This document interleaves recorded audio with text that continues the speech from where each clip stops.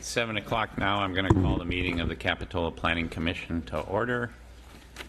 This meeting is cablecast live on Charter Communications, Cable TV Channel 8, and AT&T UVerse Channel 99, and is being recorded to be replayed on the following Monday and Friday at 1 p.m. on Charter Channel 71 and Comcast Channel 25. Meetings can also be viewed from the city's website, www.cityofcapitola.org.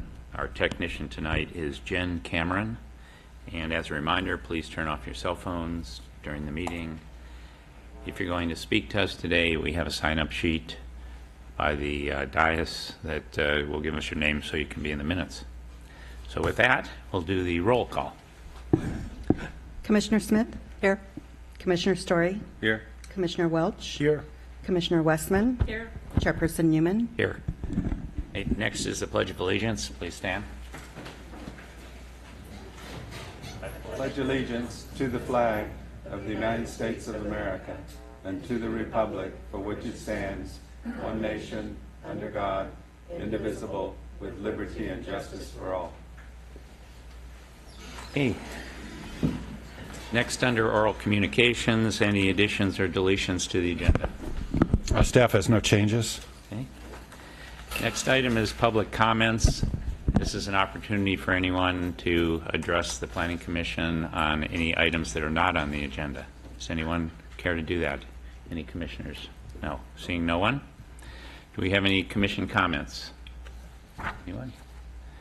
Okay. Staff comments? Staff has no comments. All right. That takes us to the next item. Do we have a presentation? No, we have no presentation. That's just on. Approval of the minutes of October 5, 2017. These were circulated. Everyone have a chance to review? I'd move approval. Second. And I had a requested correction to the minutes on page 11, at the top of the page. It reads that Commissioner Story recommended to condition the event for 1 year. This is concerning the ice skate rink, and revisit the event next year. As much as I'd like to take credit for that recommendation, it was actually Chair Newman that originally suggested it, and I think the rest of us wholeheartedly supported it. So, well, thank you for that correction. And at the bottom of the page, there's just a typo. It's number 6. It should say environmentally sensitive manner, M-A-N-N-E-R. Those are my corrections. So the motion to approve, accept those corrections? Yes. Okay, second? Did we have a second? Second. Yes. Okay, all in favor? Aye. That passes unanimously. We do not have anything on the consent calendar tonight, but we have 4 public hearings.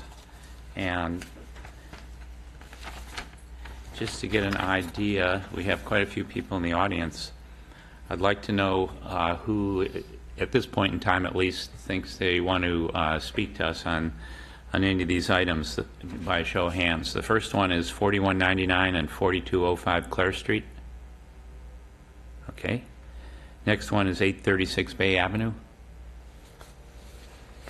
Next one is Grand Avenue Pathway closure. And the last one is 2005 Wharf Road, the library. Okay, well, that works out fine because the first one is 4199 and 4205 Clare Street.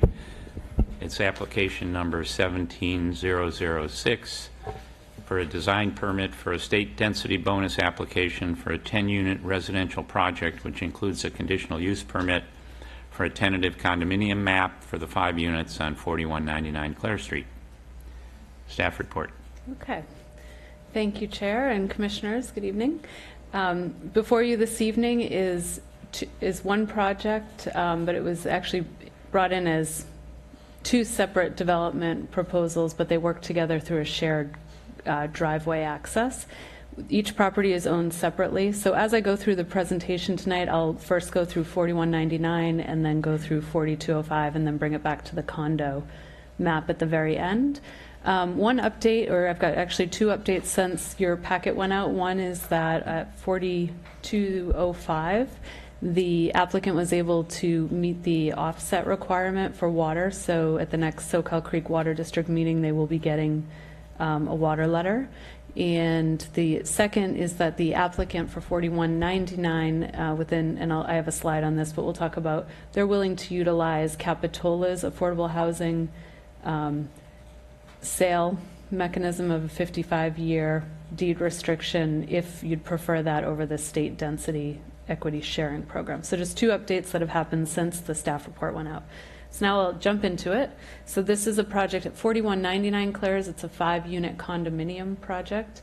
And at 4205, it'll be owned by the same owner, and it'll have 5 apartment units. This project is being run under the state density bonus law. And I'm quickly going to give an overview of the state density bonus law. So within the state density bonus law, the developer must provide a community benefit. There are multiple types of community benefits that can be provided by an applicant. Within this application, they're providing on-site affordable housing. In exchange for providing a benefit, the developer is allowed to get a density bonus, and there's specific calculations within the state law of how you calculate what the density bonus is. And there are also concessions and waivers. So an applicant can get waivers to the setback requirements or additional height, fees, different things. So within this application, they are requesting the density bonus. They're not requesting any concessions or waivers. And the overall theme of this is as the project becomes more affordable, as the developer is giving more in terms of the community benefit, the density and the concession and waivers, the amount they get goes up. So that's the very high-level overview of what the density bonus law is. At the last meeting, I went through a more in-depth presentation. So now we'll jump right into the 4199 Clares. As you can see, there's a single-family home on the front. That's on the left. And to the rear of the property, there's an existing duplex. Currently, this is owned as one property, and the back 2 units are rented out. The front home has been vacant for some time. So again, current use, single family in the front, duplex in the back. The applicant is proposing to keep the duplex in the back and renovate it completely. All new appliances, upgrade the inside and the out. And then towards the front, they're proposing a new duplex and a single family home. The starred unit is the unit that they're proposing to, so it's a brand new unit that would be deed restricted affordable. And so within the state density bonus, they're providing 20% moderate income condo, so 20% of the development, 1 out of 5. They're allowed a 15% state density bonus. Right now, the current density of the lot is 3.6, and then when you add the 15%, it comes up to 4.14. Typically, in our code, we round down and say you get 4 units.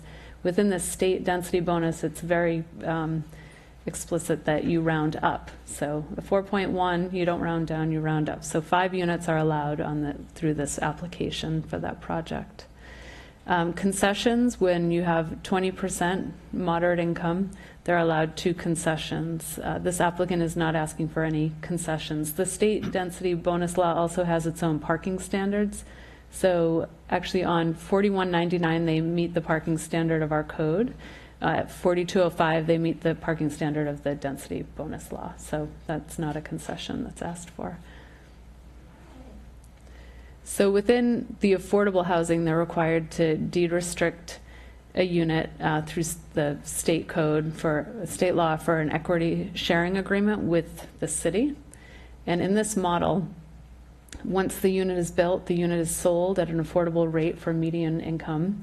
It's at resale, at time of resale, so that could be any time right after the purchase. If they decided they were moving, they could put it back out on the market, or it could be for as long as that family decides to stay there. When it resells, it goes out at market rate. The original owner will retain the value of the improvements, the down payment, and then their proportionate share of appreciation.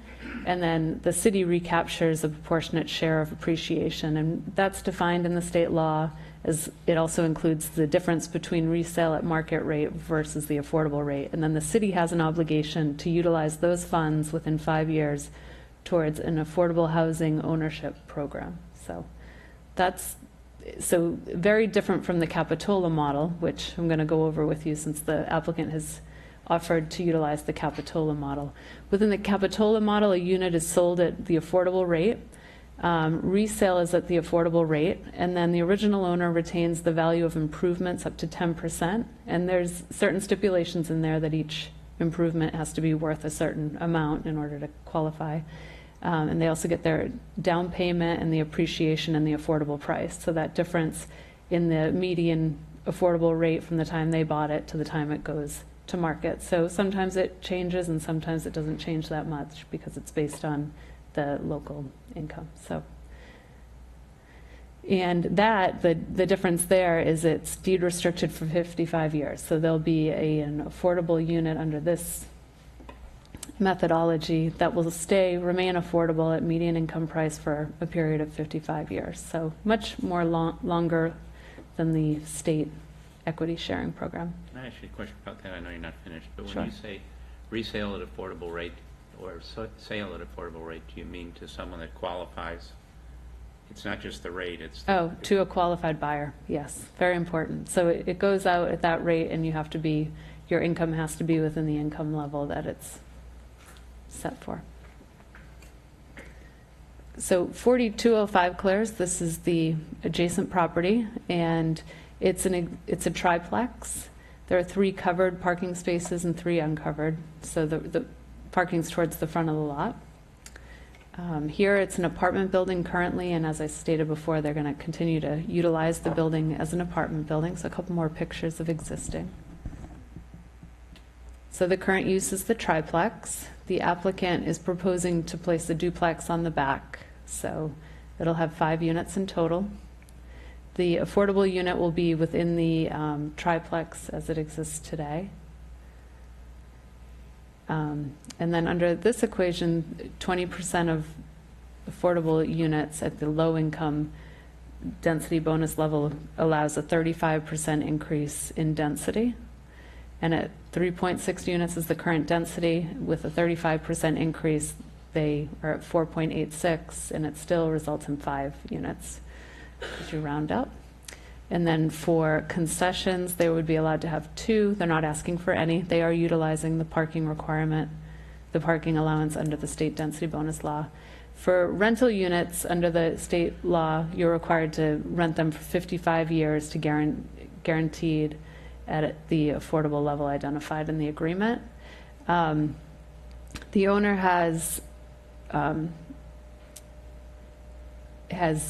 we were for a single unit to be rented at an affordable level. We don't really have a program set up for that currently that isn't going through a management. So we've asked the owner if they would be willing to participate in having requirements for a Section 8 voucher holder to always utilize the rental, and they're willing, that works for them. That way we're guaranteed to have somebody whose income qualifies for the rental rate that it needs to be at.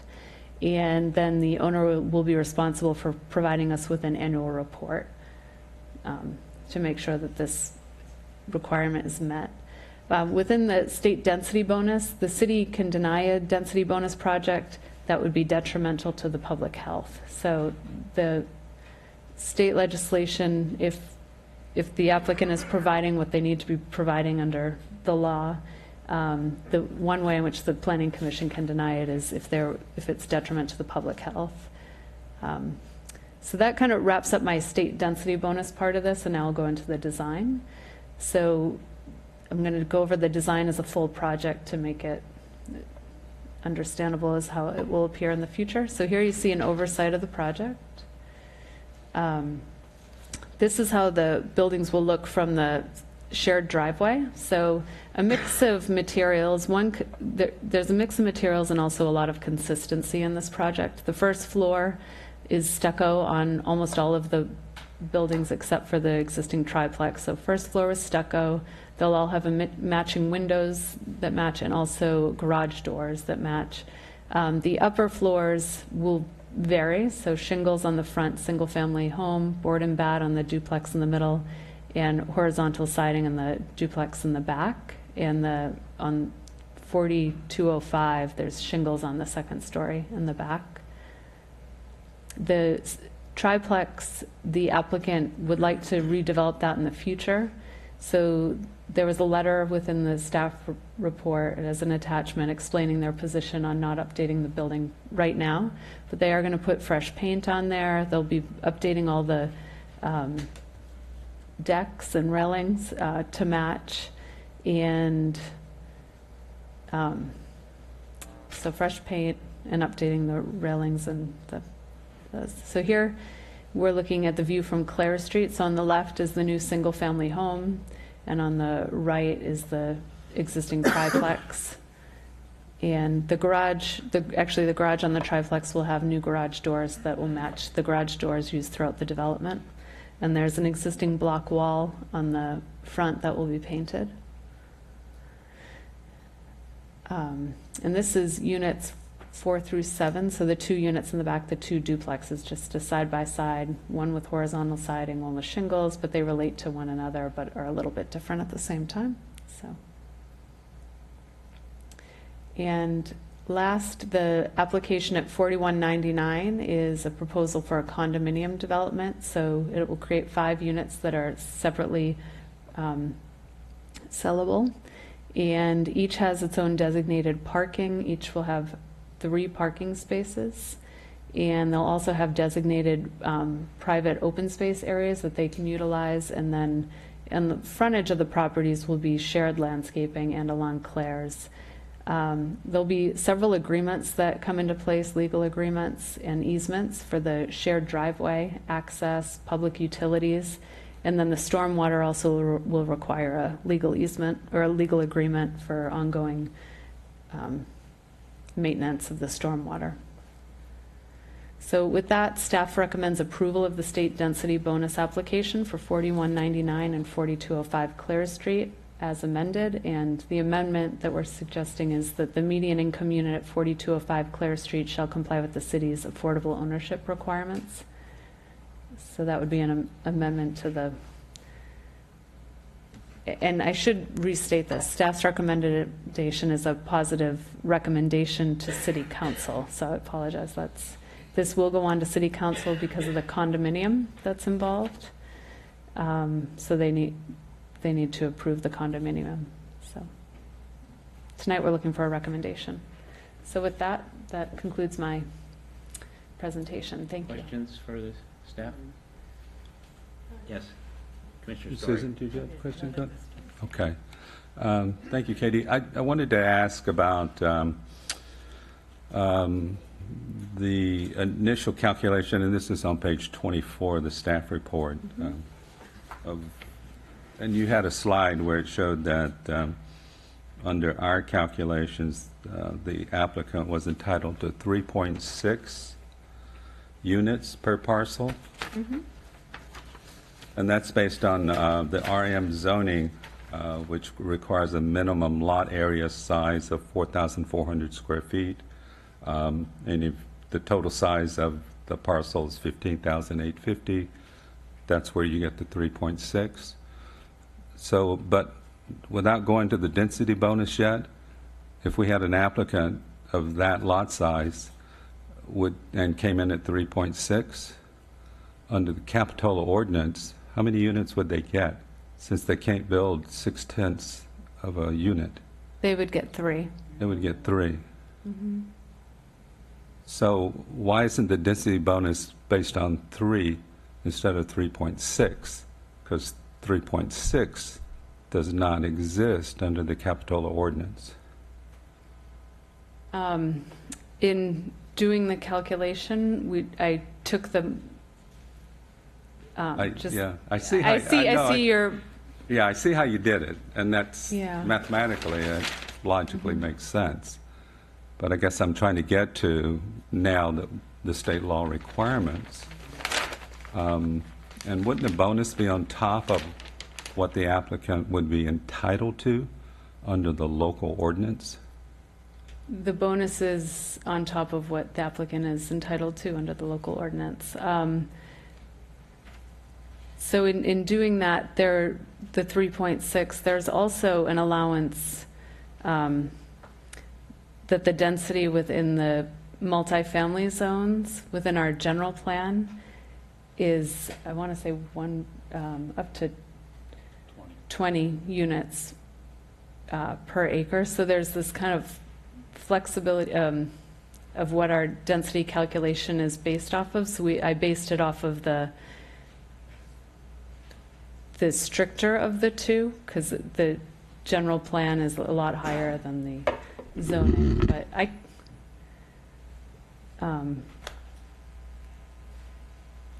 in doing it, I left it to the 10th and then added from there. So I see. But the bottom line, if density bonus excluded, an applicant before us with this project would be entitled to 3 units.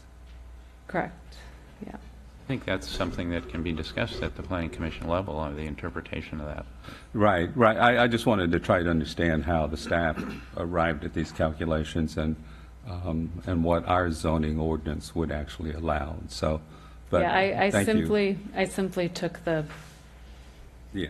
units per acre and then popped it in that way Okay. to the 10th. Right. Okay. Thanks. I had a Thank couple you. of questions. One, just procedurally, I want to clarify that the only thing that goes to the City Council is the tentative map approval. Only that piece of the application. I think in this case, we'd bring the entire application there because they brought it in as one application, 2 properties, 1 project. And it has a map, and the way we processed in the past is it goes to the highest level decision maker, all of the permits associated with the action. Okay, so I'm glad you clarified that. I don't know if I agree with that, but if that's what it is, that's what it is. And when I guess we'll be aware of that. The other, And the rationale is, imagine if, it was a subdivision and a design permit, and you approved a design permit, and then the subdivision goes to the council, Yeah. you could have one body approving something, the other denying it. It makes it awkward. It's one of the reasons I mentioned in a prior conversation with Katie that it's kind of awkward having this as one application, because the application for one part of this project, which is a separate owner, wouldn't go to City Council, except because it's, anyway. So that is what it is. The other question I had is, how are we going to know that Section 8 will be around in 55 years? The 55-year term is for the for sale unit. The Section 8 would apply to the rental unit. And how long is the rental unit for? 55. Is it for 55? I mean, these government, this fund's been around for a while, but 55 years is a long time. Yeah, I mean, presumably it'll be there. The reason that we suggested using the Section 8 program is because rentals are much more difficult to track than a for sale unit. And secondarily, we don't really have an income certification process in place. So maybe what we can do is in the language and say something like Section 8 or comparable government program, in case it's no longer around. Okay. Chairman, if I may, I apologize, but I did have one follow-up question, and this is concerning 4205. As I understand it, they're using an existing rental to qualify for the density, low-income housing density bonus. Does the state law allow that? Does it specifically state that they can offer up an existing unit to qualify for the density bonus? My understanding is that you can utilize an existing, I can dig deeper before it goes to City Council to ensure that. I've been, I don't want to give you a 100% confident answer, and I'd like to check and make sure of that before it goes to City Council. Okay, thank you. Thank you. Anything further? If not, I'm going to open the public hearing. This is an opportunity for the applicant and others to address this project. So first, the applicant, have a representative here. Thank you, Katie. My name is Bill Kempf. I'm an architect in Santa Cruz, and I'm also a partner in the 4199 property. I've actually been involved with this property since 2004. A very good friend of mine, his family had owned it since the 80s, and he passed away in 2013, and at that time, a couple of his friends got together, and the family lives out of state, and we've taken over the property, and the dream of theirs was always to put some more units on that property. The front house is quite derelict, and really there was no reason to put any money into that. So we've had the property for about 2.5 years, and we've worked through many different iterations and became aware of the state density bonus law and decided to dig into that and see what was possible. So what we've come up with the help, we reached out actually to both neighbors, because there's the large parcel next door that's completely vacant. They weren't interested in dealing with us, but the other neighbor who isn't here, the Hazen family, they're not here tonight. They live up in Incline Village and couldn't make the trip. They had always dreamed, it was the first rental property they had bought back in the 80s, was that triplex, and they'd always dreamed of putting more units on it as well, but the zoning wouldn't allow it. So they decided to team up with us, share the benefit of the driveway, and bring it to you, and they're willing and happy to provide an affordable unit as we are, and I think it's a good project and will really enhance that property. And if you have any questions, I'll be happy to answer them. Any questions? Is there a representative from C2G here on the project? No, there is not. So I may have a couple questions a little later for the Okay. architect if Yeah. I want to hear what. All right, so we'll hold you over for Okay. some questions later. I'll just mention to the public at this point, when we do the public hearings here, I do like to give everyone one opportunity to speak and then close the public hearing so we don't have an ongoing back and forth and reopening it. But in this case, we'll make an exception for the applicant. But if you're going to speak, say everything you have to say the first time, okay? All right, anyone else?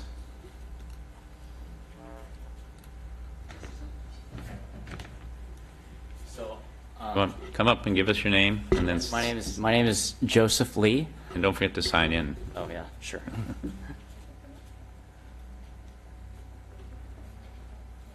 And I live at 4180 Clare Street. So I was made aware of the development. We have a parking problem on Clare's. It's evident because of the construction company that's on my side of the street. The car wash employees park on Clare Street as well.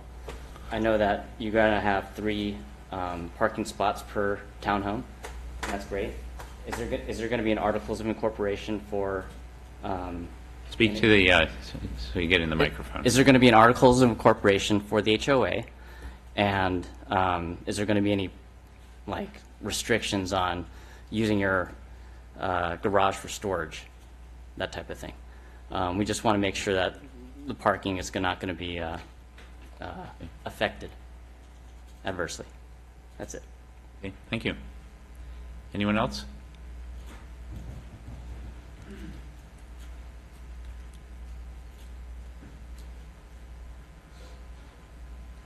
Good evening. My name is Dan Breeden. I live at 2111 Seven Gables Way. It's adjacent to the project.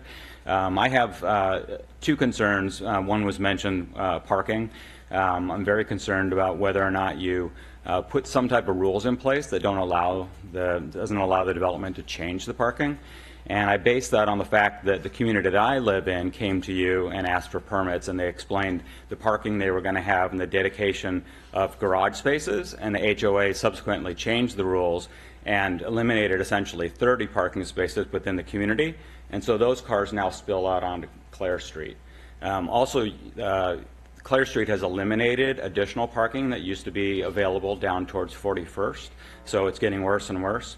On top of that, and somewhat related, is the traffic issue that already exists on Clare Street and is going to be made worse by this project, and I think should be addressed.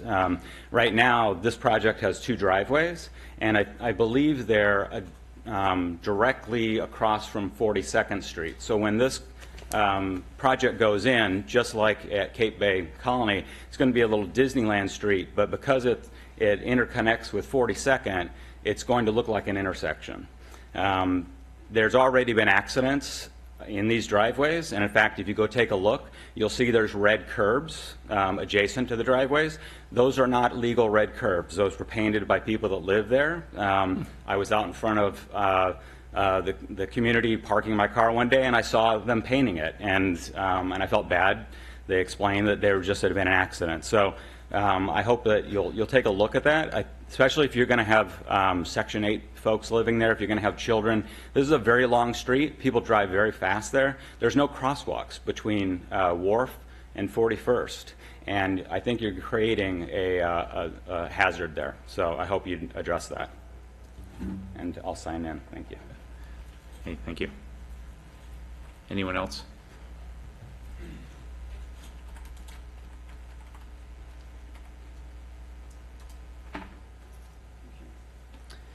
Hi, good evening. My name is Renaud Varin. I live on 4220 Trotter Street on the other side of the project on Clare Street. So I've got a few concerns. I would say, concerns first for the houses adjacent to the project around the noise, privacy. I think on my street, Trotter Street, it's all ranch-style houses, ground level. I think what we're talking about with this project are two grounds or two-floor housing. So I got some concerns about privacy around the noise throughout the project and once the project's done as well. So that's one of the concerns we have with this. The other one is around, I think, what I heard tonight, around the traffic. Clare Street is very heavy on traffic. I think the intersection with 41st Street is backed up all the way, sometimes more than the address of the project. I think with the project that the city has with the library at the end of Clare Street as well, that's going to drive more traffic. Again, that's traffic plus traffic, so that's really a concern. So I would say I haven't seen a plan, to address this, and I think the 10 units which are going to be added to the street are going to increase the issue on traffic. One other thing is I heard tonight we talked about density bonus. I think thanks to this program, we took the amount of units allowed on this property from 3 to 5. It's almost double what it was supposed to be. So, I'm a bit surprised by this. And again, I think that's going to increase the issue around traffic. And with 2.5, I think 2.5 parking space by unit, we're talking about 25 parking spots, potentially 25 more cars with this project on the street, which again is a lot. So I'll sign up. Thank you. Thank you. Anyone else?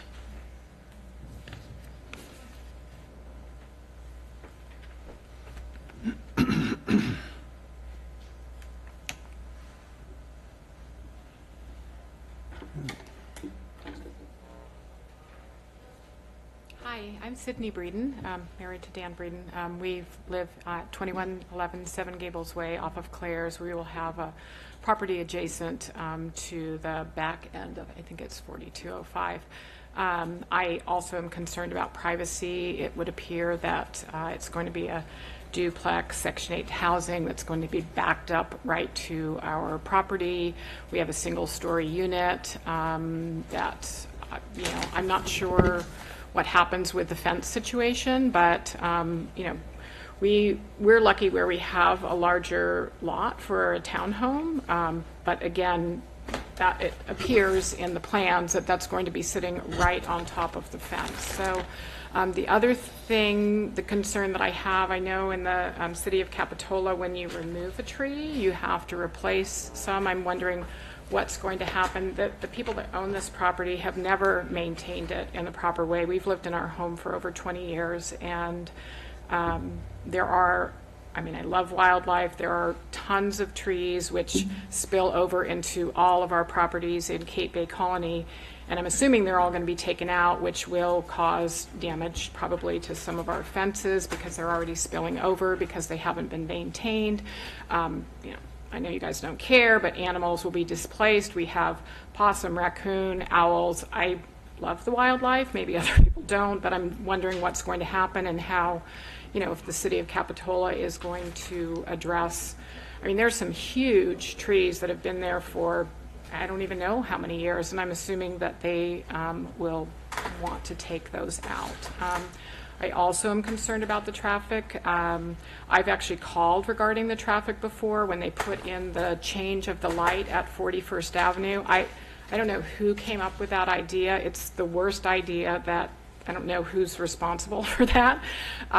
It does cause a backup on Claire's, sometimes to the point where we cannot get in and out of our driveway because you cannot make a right-hand turn from Claire's onto 41st Avenue now between the hours of 10 and 6. What I would like them to do, which is a whole other issue, is just take out the U-turn at 41st Avenue. There where you can turn left onto Claire's or make a U-turn. It's why they did the no turn there, but it has caused such a backup. Again, there's no crosswalks. I don't know. I'm also wondering what's going to happen with when the construction starts, with the noise, with the amount of dust and dirt that's going to be in my home. I work, I leave one of my doors open, I have dogs. I mean, I don't know, how do I go forward with finding out more information, because I know this is going to be a problem, so I have a concern about it. Thank you.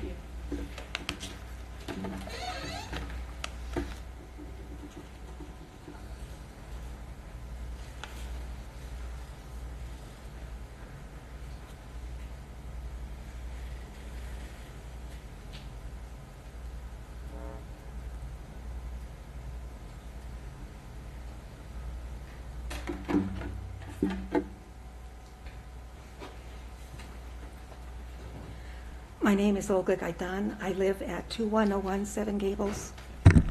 That better? Yes. So I am going to be very directly impacted by the building. It will be literally in my backyard, just separated by a fence. So I'm concerned about my privacy. Like the Breedens, I have a one-story. The noise, not so much the additional street noise from the traffic, which is a huge concern, but the noise of the complex itself, people coming and going, the cars, that's a lot of additional people coming in there and going out.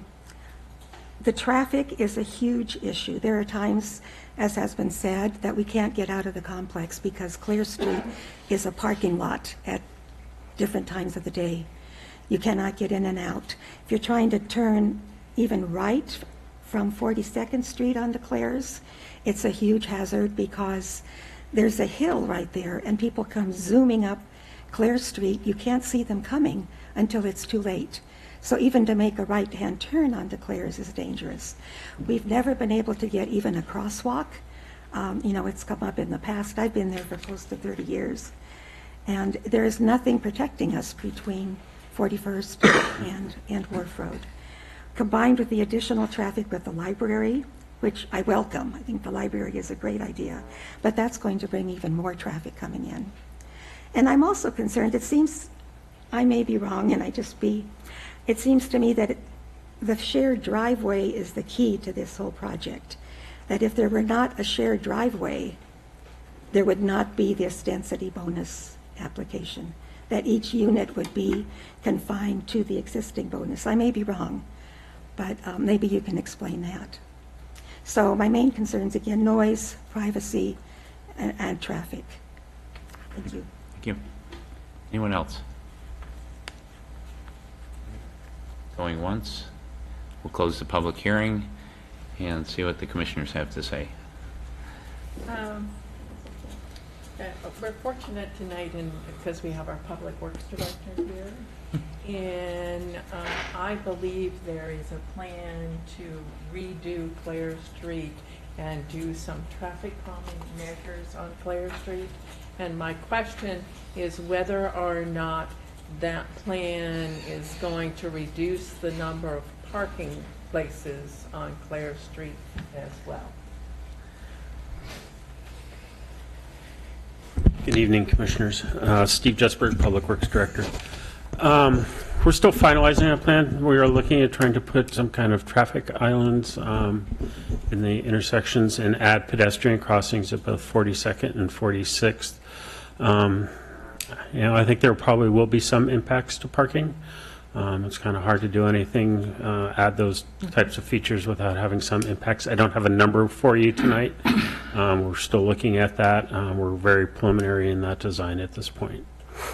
Is there any estimate on time as far as that project being done? So right now, that's an unfunded project, although we are making a grant application, I believe, in the next couple months, CDGB grant, $1 million grant for that project. If that goes through, that will expedite the project. Otherwise, we're probably still 2 to 3 years out. Okay, thank you very much. Steve, before, if I may, Chairman, some comments were made about the no right turn from Claire's on the 41st. Is there an opportunity to maybe reevaluate that designation, and if it is causing those kinds of backups as reported by the residents?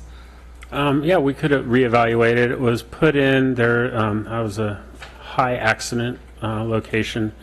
It was put in there because 41st itself backs up from the freeway back to that area. We had cars pulling out, not going right lane to right lane, but pulling out further, and it was causing problems. It was something that Public Works and the Police Department came up jointly with.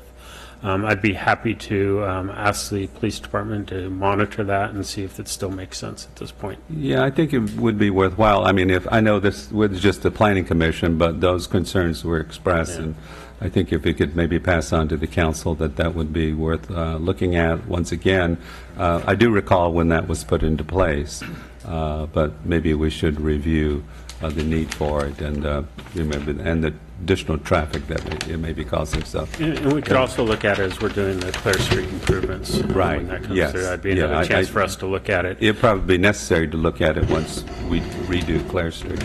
I will add that based on the community input we got, once we put it in place, we did modify the hours.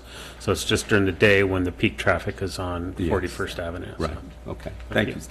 And if I could, Steve, sorry to keep you here. This is just an addition to tag on to Commissioner's story there. One of the spokesperson had a great idea about the U-turn, because if there's accident-prone issues there, that U-turn on 41st seems to be a big one. So, I mean, I thought that was a good recommendation to take a look at, of eliminating that. Yeah. Thank you. Back to the commission. You want me to Sure. keep? You want me to Yeah. keep going? Okay.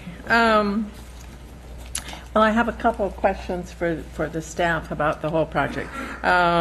First, I'll say, I very much like the idea of the project itself and reusing the land that's there, because housing is a critical need for our community. But I have some concerns about the way this application came in and the fact that we're looking at it all together, because for me, if we're going to approve this as one application, then it needs to be constructed as one application. And I was a little uncertain about, the legal framework. Is it possible to make that happen without some sort of, formal agreement between the two property owners, which I didn't see anything like that in the materials that were provided to us, because I wouldn't want to see one side build, the other side not complete their part, because we're looking at one project. Commissioner Westman, I think we could condition the project such that it needs to be built jointly together, and that we won't issue building permits or certificates of occupancy one project at a time. I don't think we could prevent one of the landowners or require one of the landowners to build it, though. I think the best we could do is say, if they don't do it, they need to come back before you to modify their permit. Okay, so you're saying if, for example, and I'm just making this up, on the property where there is the 3 units right now, if they decide not to add the duplex back there, then before anything could happen, the whole project would have to come back to us. I think we could make that happen, correct. Okay, are you? Yeah, well, I share your concern, as I said from the beginning, that the combining of these two properties into one application is a little awkward, and I'm not even sure how many ways the awkwardness might play out. One wants to appeal and one doesn't, and There's Yeah. all kinds of things that could, it's different. They are sharing an access, which you can do without having it one project. But we are, that's where we are right now with a single application. And, I mean, I guess. I would point out it's not uncommon to have multiple property owners do joint projects together where they have adjoining land. It's probably a little less common with these types of housing redevelopment projects, but with commercial type projects, we see them all the time. Yes, and those are really more of a combined project than this. This is really, strikes me, one is a condominium, one is not a condominium. They just basically, the only thing that makes them one project is that they're sharing an access. So, I mean, it's a fine point. I grant you. It does happen certainly with shopping centers and so forth. So I guess it's going to be possible for us to add a condition in there that staff will draft up about the project being built at the same time and both completed before there are occupancy permits for the new units. Well, they're already occupied, some of them. Right. So that was going to be, so. For the newly built ones. Right. For the building permit. Right. And just so, you know, because someone mentioned there were going to be 10 new units, there are actually going to be 5 new units. There are 4 new units. There's, yeah, I guess you're right. Well, counting the one that's 2, 3, that's 4, not 5. occupied. 5. He's counting that one in front. Yeah. Well, there are going to be 5 new occupied units on the project, not 10 units, because there are 5 existing units on the properties right now. I had some concerns about, you know, the existing tenants in the building, but I assume that, you know, that's really not our purview about, are they all going to be asked to leave? You know, what's going to happen? Are there going to be, you know, any concerns about that? And I hope someone is going to be looking into that. For the project itself, for me, as I said, I like the idea of the infill that they're proposing to do and getting rid of a residential unit that doesn't really function. I had a number of sort of minor problems or concerns with the project that I hope that the architect, and that's what I said, would be able to address for me. And most of them have to do with minor things like landscaping and design. But when I looked at the plans, it shows the property, you know, just going out to Clare Street. And when you go and visit the site, there's actually a retaining wall on the property that's closest to 41st Avenue. And on the landscape plans, it indicates that a retaining wall is going to go in on the adjacent parcel next door. I took a little picture of the retaining wall, and this was sort of to remind me it's not in the best of condition, not the best looking, and one of those retaining walls where you end up with, you know, like a 6-inch gap between the boards in the front and the back of the sidewalk. And so I'd like to know if the applicant would be willing to work with staff come up with a different design so the 2 retaining walls match each other, and, you know, we have consistency looking at it from Clare Street. I had concerns that on some of the landscaping, it seemed to be pretty minimal. One of the issues that was brought up, I believe, at the Arc and Site Committee was the sort of large concrete block wall that's at the end of the 3 parking spaces on the existing triplex. And if you go out there and look at that, they have sort of what was obviously 2 juniper bushes that have sort of grown into trees in front of that, but and the landscaping plan doesn't show doing anything different there, and that seems like a real easy place where we could resolve the concerns that were raised by the architect at the Arc and Site Committee by doing some sort of, vine or something that grows up on that wall, some new landscaping along there to soften that which is going to become quite visible from Clare Street once the trees are removed in the front. I had concerns that there's no provision in the plans that I can find for garbage enclosures where the garbage cans are going to go. And if you go out right now, the garbage cans are just sitting around in parking places. And it seems like in a project like this, one of the things that could be done is some sort of garbage enclosures, because that's going to affect the whole area. I had concerns on the existing triplex, which they say they're not going to do much to at this current time. There's a random selection of railing types on the building. Seems to me it wouldn't be a big deal to at least make those consistent so the building ties together and you come up with a design that the staff could approve. I also think that it's a great idea for the low-income unit to go by Capitola's regulations. I think the new state law, which allows the unit to be sold and then that money just go back to the city and then the city's on the hook, is not a particularly good program. So I was very happy to hear that the applicant was willing to go along with the city's program. So it's my understanding that the Section 8 unit is not going to go in one of the new buildings, but it's going to be one of the existing apartments that's there right now in the triplex that's on the property. Let's see what else I had. I got a couple more, but I probably should let somebody else. Give you another chance. Yeah, but on the whole, I think the project works. I think parking is going to be a problem.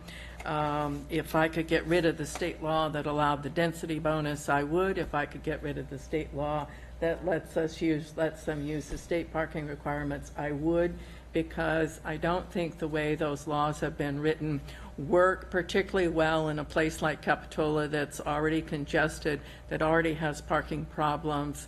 But unfortunately, I have to abide by the laws that the state has adopted. So. Okay, who would like to go next? Jump in, TJ. I don't have so much to say, but I do share some of the concerns that the parking's an interesting, well, actually this whole density bonus and the Capitola housing system, it seems like we're kind of doing a mixed match, right? We're allowing them to use the Capitola, which I agree with Commissioner Westman that the parking issue for me is one of those things that I think the state crams down our throat and it doesn't really fit into our community. But having said that, we're doing this part of this Capitola version of that, which we would round down normally, right? So we're kind of doing, are we not doing a mixed match? Or am I confused on this? It seems like we're rounding up, but we're using Capitola's, some of the Capitola system. So I share the concern about the parking. I think it's a nice project.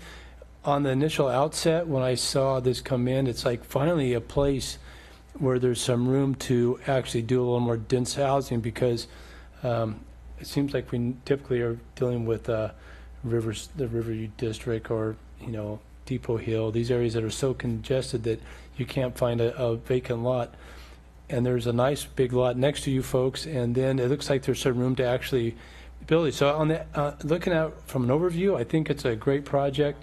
I share the concerns of the neighbors about parking. Unfortunately, the state doesn't give us much leeway there in that whole process. Let me see what I also shared the concerns about this 55-year deal with the Section 8. Who's going to, I don't see anybody in this room that's going to be around in 55 years to monitor that process. And I share concerns when we say Section 8 housing. It's kind of open-ended. It seemed to me it would be nicer to put it between I understand the Section 8 system on a financial basis of an income level, but it seems like we could define what that is in a percentage ways that stays as a movable target, I guess. I don't know. Section 8 housing seems to bring up concerns by a lot of people because how do we pick those people to move into that Section 8 housing? So I share your concerns. I think it's the project overall is a good project, but I do share the concerns, especially about the parking and the access. You want me to go next? If you want, I'm willing to go next to last. Okay, there you go. So I'm going to agree with everything that's been said, pretty much. Another thing, though, that I do want to note that was confusing to me in looking at it, and I got lost in the arborist report and all the trees, just to be really honest. I walked around today, and I couldn't tell you which trees are disappearing or not. But the graphic that we have shows trees that I believe are disappearing showing here, and that's just downright misleading. So I just want to throw that out there. If we can, in the future, make sure that that's not additionally confusing to the public, it would be helpful. All of the additions that Susan is recommending, I think if we can condition them, like the railing, should all be the same. But in addition to that, I am concerned, and what I think I heard is that we can condition both projects to be permitted together. However, the way that our permits work, you have 2 years to actually execute to the permit, and extensions are allowed. Is it possible for us to condition this in some way that would eliminate the possibility of having any of the permits get extensions unless the permits are all together? Or put up a bond to show that it's going to be built at the same time? Is there anything else we can do besides simply saying they need to be permitted together? I'm going to take a stab and say I don't think it would be appropriate to take away their right through the ordinance to apply for an extension. The commission could certainly deny it if that extension came through. I do think, though, that if you have a condition saying that the building permits must include both properties as approved by the Planning Commission, any changes would require a Planning Commission review of a modification. That'll give you an assurance. If they come in and submit something less than the full package, we'll tell them, well, you can either go to the Planning Commission or you can bring in a complete package. So I think that'll cover that concern. Okay.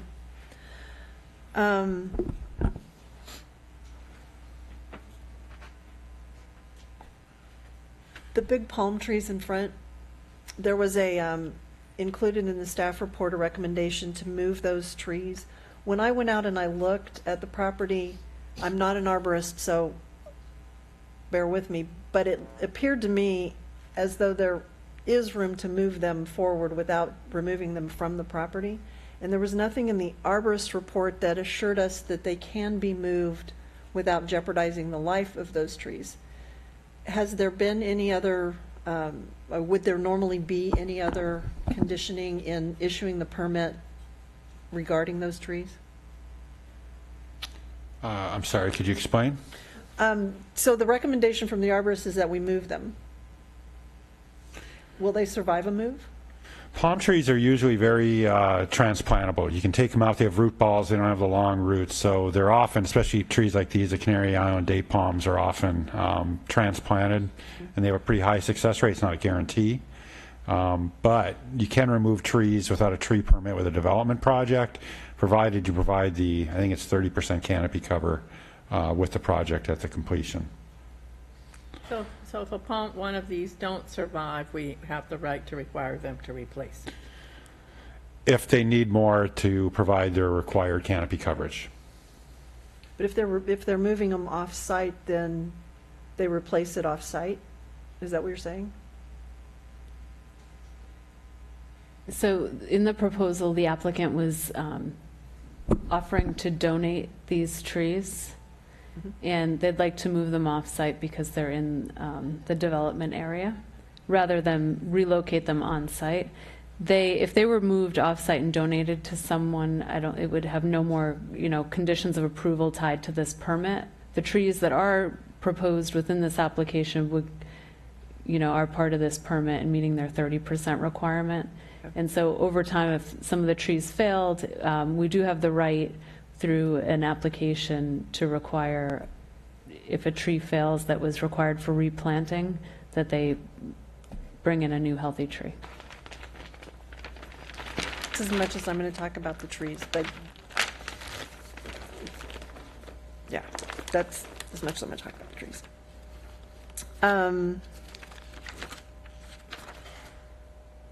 And all the other concerns that I had got mentioned, so I won't duplicate them. Okay, Commissioner Story. Thank you, Mr. Chair. Talking about the parking, there was a recommendation made or questions asked about the HOA rules in the condominiums, and I didn't see in the packet what rules there would be for the rentals. But can we impose conditions that the garages not be used for storage, and they be left available for parking? Right. Okay. In the past, on a couple permits, we have conditioned that the garage be utilized for parking. And I think that was on a recent application that was requested by the Planning Commission and added as a condition.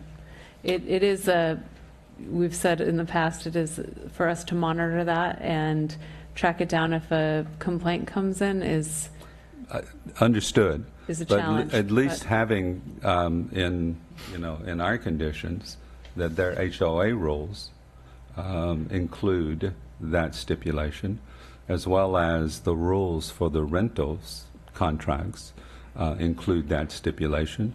And we have that. And that way, if we have some basis, if it should come back to us, I wouldn't certainly expect staff to go around and be inspecting and making sure. But if we got complaints, if the neighbors obviously saw that those conditions weren't being met and that the parking on Claire's is just getting worse and worse, we would have some mechanism for attempting to address that.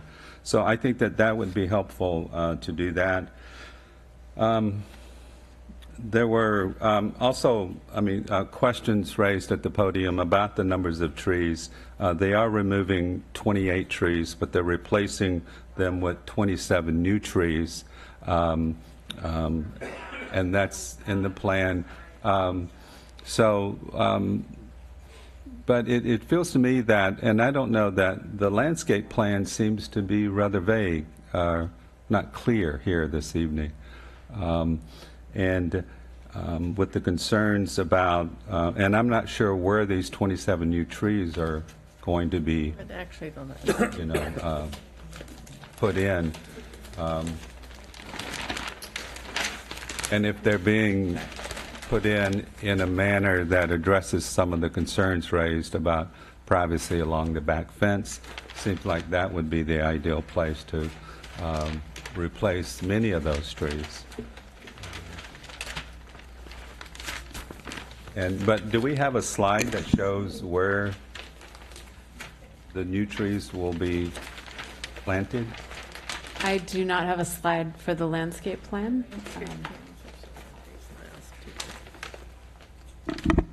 most of them seem to be going in the rear.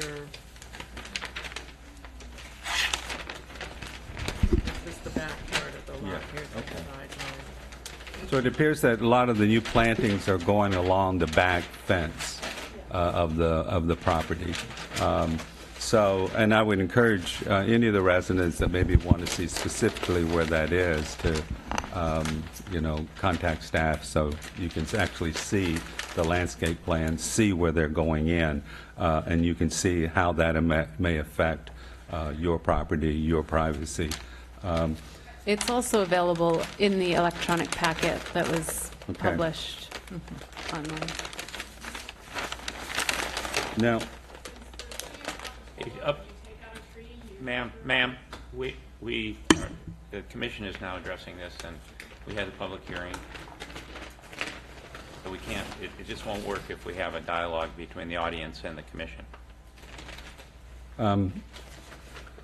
So I want to get back to concerning the density bonus, and also just so that everyone in the audience understands, these projects are not requesting any variance. They're all coming in with compliance with our zoning laws, and therefore we don't have a lot of discretion to impose or make any additional requirements.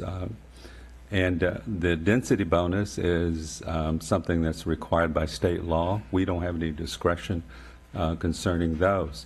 And you've heard some of the concerns expressed. And I'll say, and I appreciate the applicants bringing forth additional affordable housing.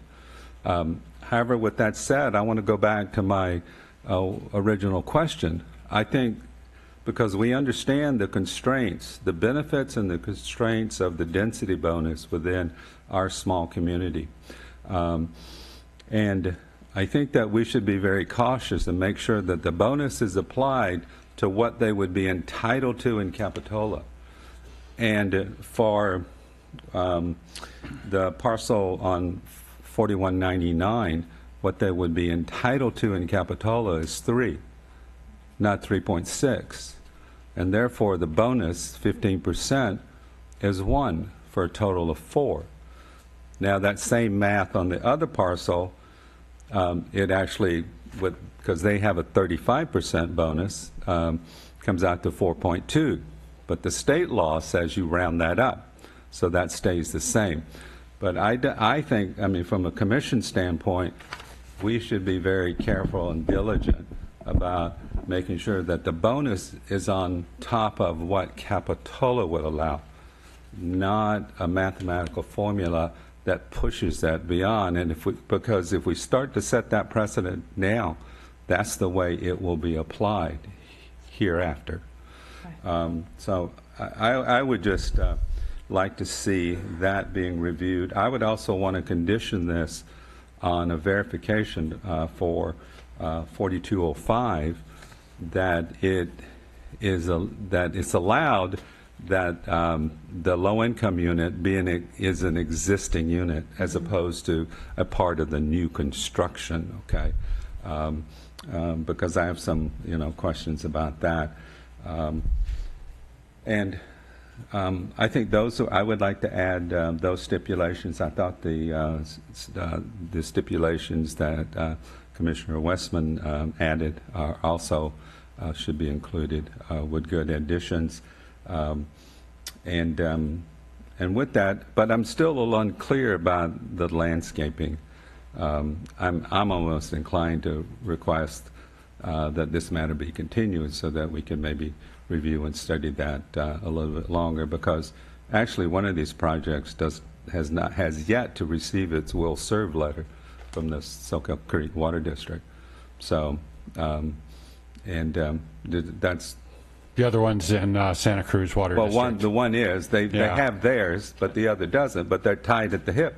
Right. So, and if we're saying if one doesn't get it, then they both don't get it. So, but that's the way it's come forth. And but I mean, that would be another reason why I was almost inclined to continue this matter until we at least saw that they had their will serve letter, that they both do. Okay. But with that, Mr. Chairman, Commissioner Story, if I could respond to a couple questions that the Commissioner brought up. In terms of the water layer, that's the way we've been handling all these projects, is that if they're willing to take the risk, Soquel Water District gives them the okay and says, okay, you can go ahead through the discretionary process, but understand there's a risk you may not get a will serve letter and be able to build your project at the end of the day.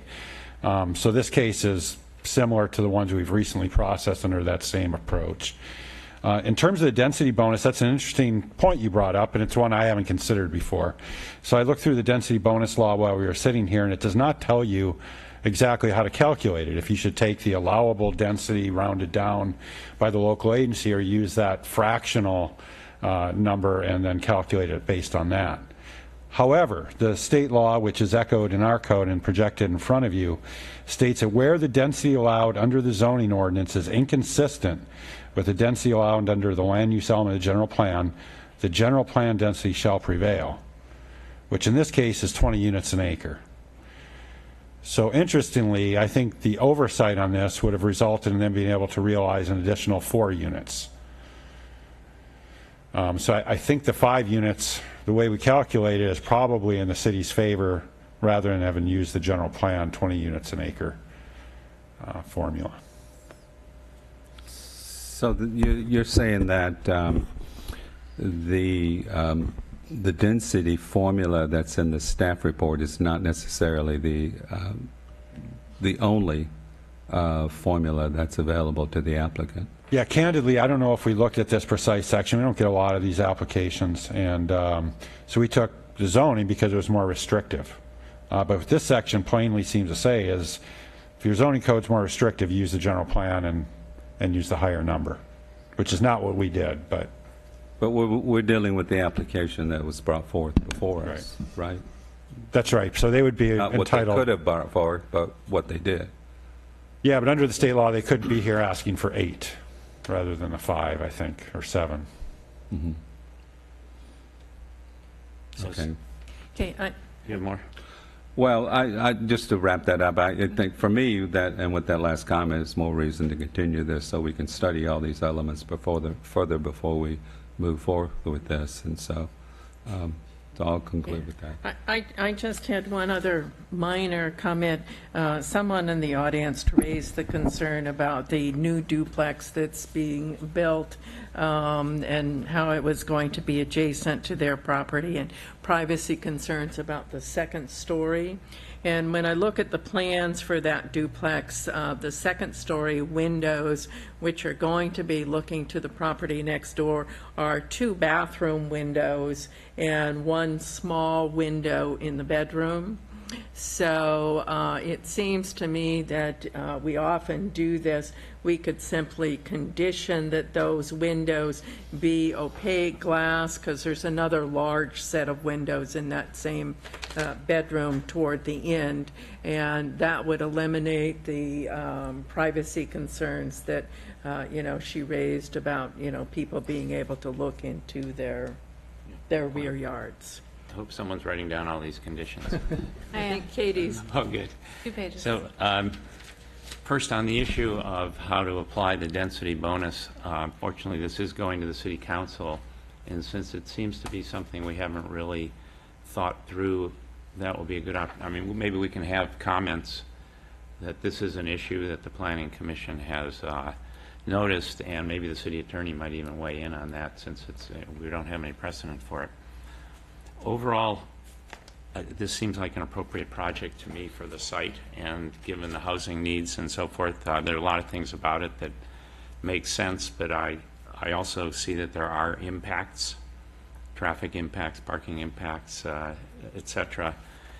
And it's pretty hard to avoid that. As planning commissioners here, as the state continues to evolve, it's just, and particularly traffic in this area everywhere. So I'm not sure. As far as the parking, though, I think we can mitigate somewhat by, at least in the condominium property, requiring that the homeowners association include a provision requiring that the garages be used for parking, and that can't be amended without the city's approval. As far as the apartment, I'm not sure how we can enforce that once they get their building permits, and because they don't have a use permit, so Right. it's sort of like the painting, the color on the house. Once they've finished with the city, then they can paint it again, anything they want. So I'm not sure that we can enforce that. I'm troubled by this application. Well, now when I hear about their different water companies, it's even more of a concern for me. I don't know how this is going to play out. I hope it goes smoothly, but it seems to me there's so much potential for 2 projects with different owners and different water companies, and one's a condominium and one's an apartment, being one project. And I guess the best we can do is condition the construction of one on the construction of the other, but it's a slippery slope, I think, that we're heading down here, and be interested to see if it goes smoothly or not.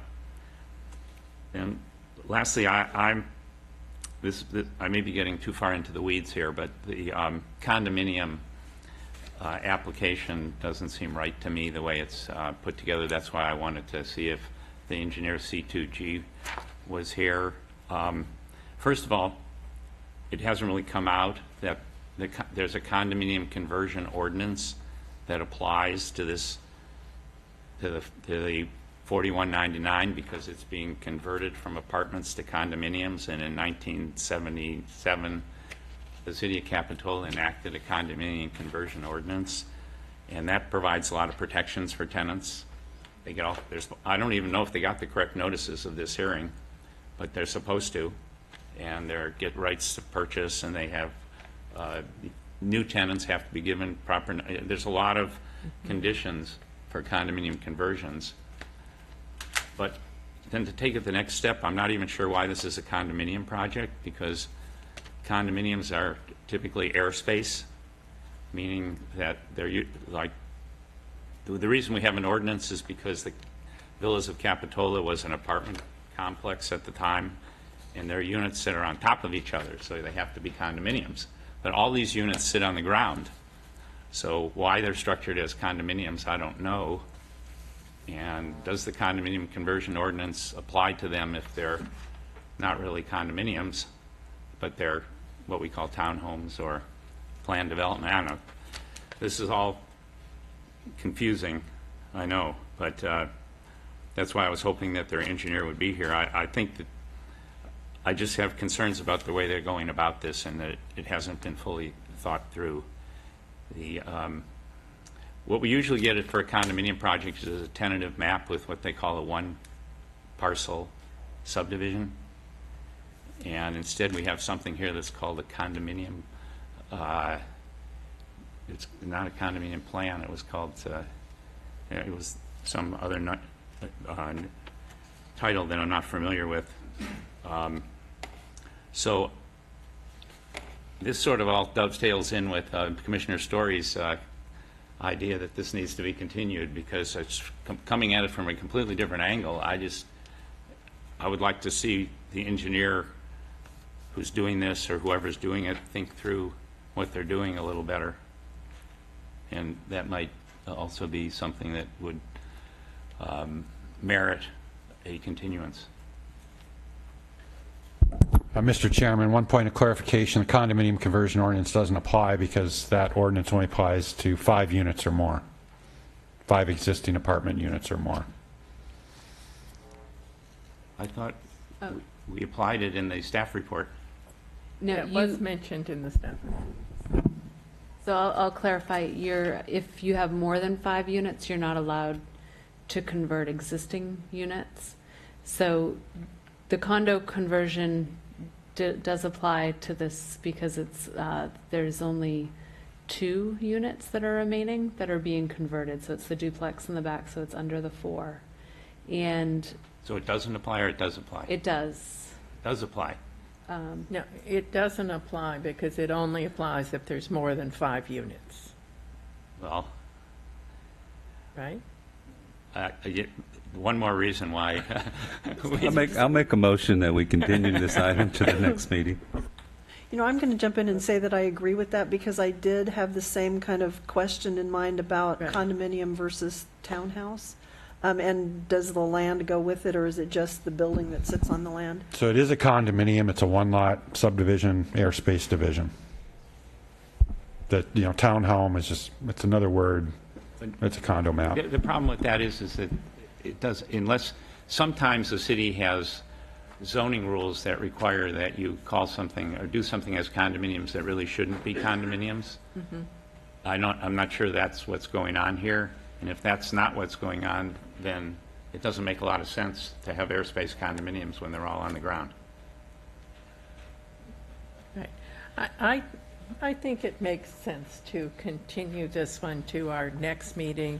It would give the applicant the chance to, address all of the little issues we've brought up, and it would give us a chance to, sort of relook at the landscape plan and make certain that it's adequate, and, some proposal for the retaining walls in the front. My main concern is the issue that Commissioner Story raised about whether or not you use 3 or 3.6. And I think it's worth continuing this, since it's our first time doing this, to make certain we have it correct, because however we do it now is what is ultimately going to be done in the future. And it does make a significant difference in the number of units that someone gets to have. So, you know, just clarifying all of those answers makes some sense to me on this one. It is a complicated project. Well, I was going to wait for a second so I could have discussion, but I don't know if, is there a second? Second to the motion to continue. Did you make a motion? I did. I'll second it. Okay, so once again, I'm on the opposite end of the spectrum here. Yeah, I agree. I agree it is complicated. I don't know that the complications of things, and maybe it's because I'm simple-minded, of the things that condominium, townhome, it doesn't really matter to me. I'm looking at the project. Does it meet our codes and ordinances? The density thing is a little confusing because we're using state and we're using Capitola's affordability homes, but at the same time, if I'm listening to staff, which I'm going to take them as that their expertise, that they could use this under the 1 acre parcel is something different. On top of that, let's just say I am ignorant and I screw up, and I think it's a great project and we should move on. We've tried to address the concerns of those who came forward on parking and issues. It's going to go to city council, so there's almost like a little buffer. But for me, I don't really see. There's a nice landscape plan on page 61. I could read you off the plans. They don't mean anything to me because I can't pronounce the names. But to me, it's a project. To continue it, it's one of those things. And maybe this is one of the reasons I even got on the Planning Commission. Having gone through this process, continuing to me is just more money. It's more money, it's more time. And at the end of the day, what are we going to gain by it? It's a good project. Are there some concerns? Absolutely. I share your concerns. The tree, we have a tree ordinance. In fact, the night they wrote the tree ordinance, they spent 3.5 hours after only spending 30 minutes to kick out 28 families out of their homes down below. So I remember the ordinance well. It's going to meet our tree ordinance. That I feel assured about. It's going to meet the parking requirements that we can require by the city and by state laws. I guess we could have a discussion about what plants are going to put in, but for me, whether we call it a condo or a townhome, doesn't really matter to me. I would just like to see the project get going so we don't waste more people's time and money in this process. So can I just ask you about that? I mean, at least one of these properties has been sitting there forever, and 2 weeks now to clear up all these questions that have been raised is critical to the project as far as you see it. I don't see him as critical. I see him as complicated. I see him as concerns. I don't see it as critical that would change the project. But that's just me. I'm just one opinion up here. So. Well, I think the applicant has clearly heard from the majority of the commissioners that we like the project. We think it's a good way to sort of intensify the use of this property and save the existing structures. And I think that, you know, all of the comments are things that we asked them to incorporate are pretty minor in the scheme of the whole project. So I think the applicant's gotten a pretty clear message from us. I do think there is a legal question about, you know, the density bonus, and I think that's an important one.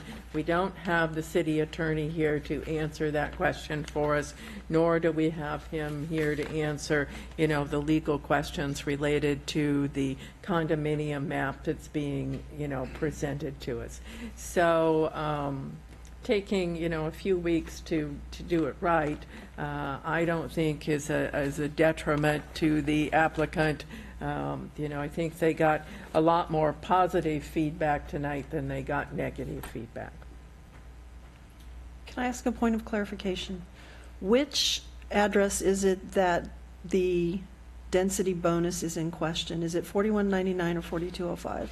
4199. 4199. My question would only affect 4199. So 4199 is the one that has 2 duplexes and a single family on it in the plan. Correct. I like the project, and if it were the other one, I would say it doesn't matter to me because it would off-balance things. But I think it behooves us, there is a single-family unit on that side of the plan. And if it does make a difference on one unit, then I think we owe it to ourselves to check that out before we set a precedent. It would save the 2 Queen Anne palms. Okay, anything further? So we have a motion to continue. We have a second. All in favor? Aye. Opposed? No. Okay, that passes 4-1. Can I ask for one point of clarification that when I come back? Would you like these? There was a lot of discussion on the fact that it was brought as one application. Would you like it separated when it comes back with separate conditions for each property so there isn't a requirement that they be built at the same, you know, tying the two together? Would you like them separated? Is that the end goal, or? You don't need to do Okay. that for me. We've gone this far with it. I'm willing to go forward with it at this point. I think there's a lot of energy and effort been put into making this work together.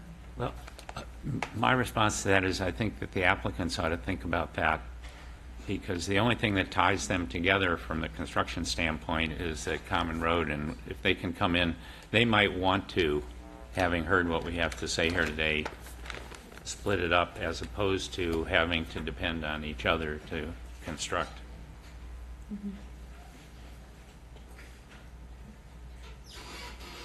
Okay, thank you. Okay. All right, thank you. See you in a month or so.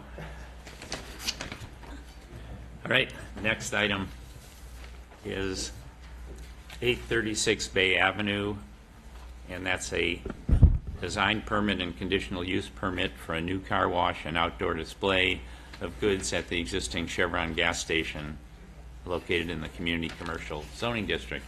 Staff report, please. I'd like to take a minute first just to introduce myself. Yes. I got to introduce myself to City Council last week, and so it's a pleasure. My name is Matt Orbach. I'm the new assistant planner. I came over from the city of San Juan Bautista. I'm a Capitola resident. My wife and daughter and I live on 38th Avenue, and I'm very excited about working for the same city that I live in for the first time ever as a planner. So, hi. Okay. Hi, welcome, Matt. Thanks. I just want you to rest assured that all our hearings aren't as long as the first one you heard. It's quite all right. I understand. I've worked as a planner for a few years, so, and actually worked at SoCal Water District previously as well, so a lot of local experience too.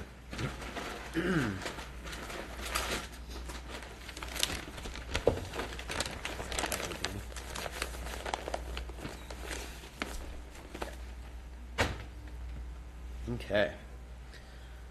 So the applicant is proposing to add a car wash to the existing gas station and food mart at 836 Bay Avenue. Design permit and conditional use permit are required for a new car wash located in the community commercial zoning district. We have the applicant and the architect in the audience tonight as well, just so you guys, if you have any questions. The new, the new single-story 972 square foot car wash will be added to the existing Chevron gas station and food mart. The site is bordered by Highway 1 on-ramp to the north, the U.S. Post Office to the east, a commercial office building to the south, and a temporary mobile home display on the undeveloped commercial lot on the other side of Bay Avenue to the west. The site layout consists of a central food mart with one gas pump canopy covering 4 gas pumps.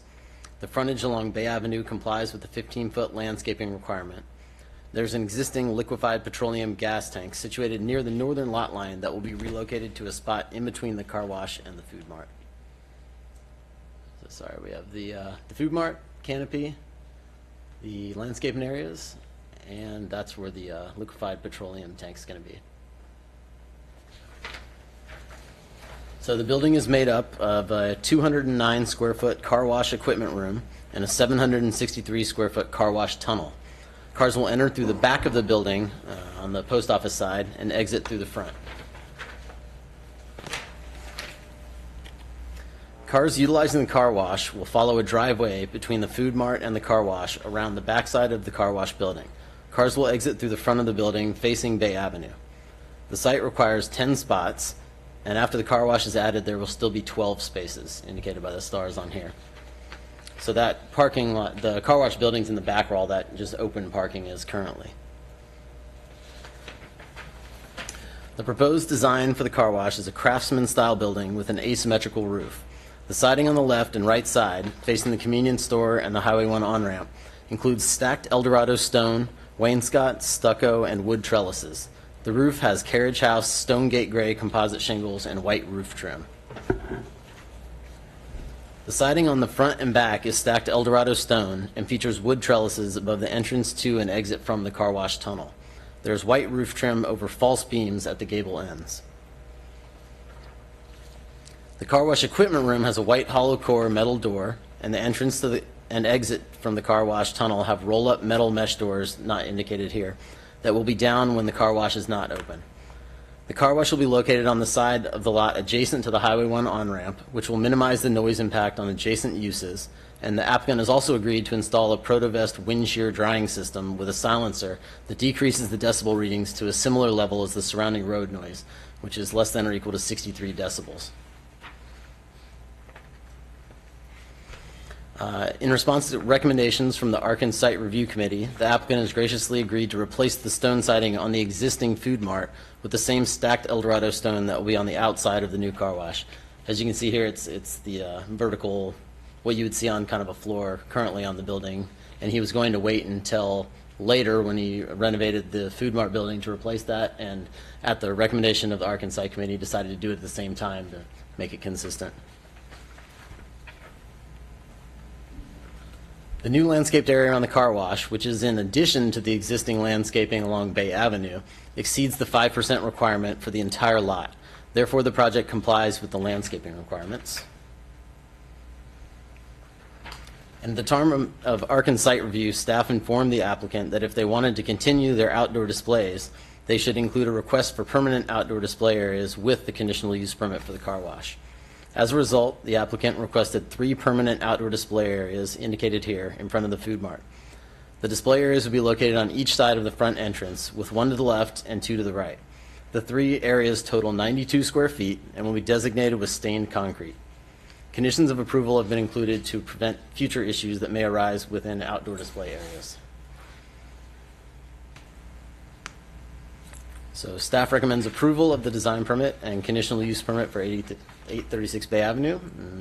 Welcome any questions. Any questions? Okay, we'll open the public hearing. Is the applicant or applicant's representative present?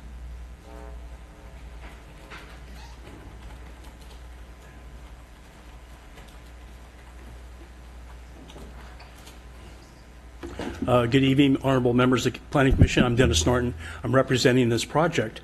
And with me tonight, I also have Kirk Wagner, who is the architect for the project, and the owner, AJ. And if any of you know of the Standard Station that's at the end of Park Avenue, where it hits Soquel Drive, that's one of his projects. That gives you an idea of what he puts together. He puts together wonderful projects.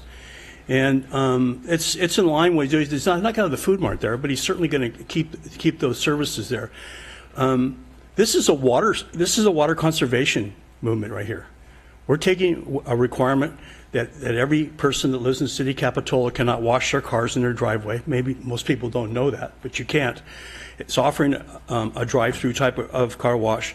It's the upper end of Bay Avenue is really an underdeveloped area in Capitola, and why that is, I think it's a consequence of the freeway being there. One, number two is the Grimes property not finding any destination for that, and this is a fairly large lot for considering the uses going on there. It has room to fit a car wash there. And another thing it does is that if you're driving up to Bay Avenue and you're leaving Capitola, it blocks that on-ramp. The visual of that on-ramp really is good. It also works as a sound buffer for his project that's in there. So we think it's a very good project for this site. I think it's needed in the community of Capitola, and it also it's an environmentally sound project for us. And you have any questions, the owner, AJ, would be happy to answer any questions, or the architect. So I'll step down from that. Thank you. Thank you. Thank you. Anyone else care to speak to this item?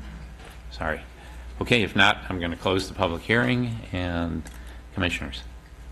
I'm going to jump right in on this one. I think it's a great project. I think if there's any place in Capitola that a car wash works, this is the spot. It's well designed. It's well landscaped. I think it'll be a beautiful addition. I agree. I'll second that motion.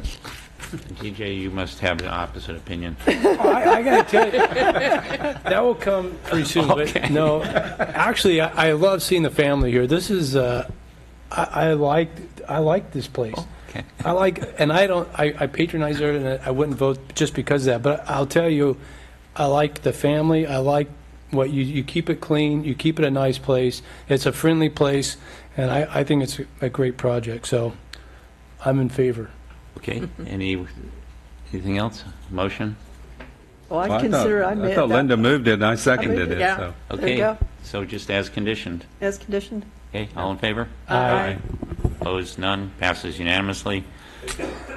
We made up time on that one, thank you. All right, that takes us to item C, which is the Grand Avenue Pathway closure, coastal development permit for a closure of the Grand Avenue Pathway between Oakland Avenue and Hollister Avenue due to a bluff failure. The property owner is the city of Capitola. So, just city representative, I think I saw Mr. Jesberg here once already. Oh, staff report. Yeah. I have a lot of pretty pictures for you. Okay. So the city is seeking a coastal development permit for the closure of Grand Avenue pathway between Oakland Avenue and Hollister Avenue due to bluff failures last winter. To minimize risks to the public after those bluff failures, the city closed the affected section of the pathway by installing barriers at the two entrances with signage describing the safety hazard and stating the rationale for closing the path displayed prominently on those barriers. Grand Avenue Pathway, which runs along the top of the bluff on Depot Hill between Central Avenue and Sacramento Avenue, is treasured by residents and visitors alike for providing public access to stunning views of the city of Capitola and the Monterey Bay. The city is committed to making feasible repairs in order to maintain access while preserving public safety so that this important visual resource will remain available to future generations. And the video works. Perfect. Situated on the edge of the bluff, the pathway is susceptible to damage from episodic bluff failure and bluff retreat due to intense storms, wave erosion, and earthquakes. The winter of 2016-17, which had the second highest rainfall total ever recorded in California, caused two of these bluff failures to occur, resulting in the edge of the bluff moving several feet closer to the footpath. In order to assess the safety of the path after these failures, the city hired Eric Zinn of Zinn Geology to evaluate the bluff condition and prepare a study to document findings. The report contains several important findings. The bluff below the pathway has been episodically retreating as the soil and bedrock below it fail, resulting in landslides, debris flows, and rock falls. The failure process has two parts. One, the exposed bedrock at the base of the bluff is eroded and notched by waves until the notch intersects a nearly vertical bluff parallel joint set.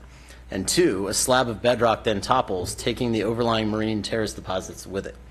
The marine deposits that make up the top of the bluff will continue to erode until they reach the angle of repose of about 38 degrees.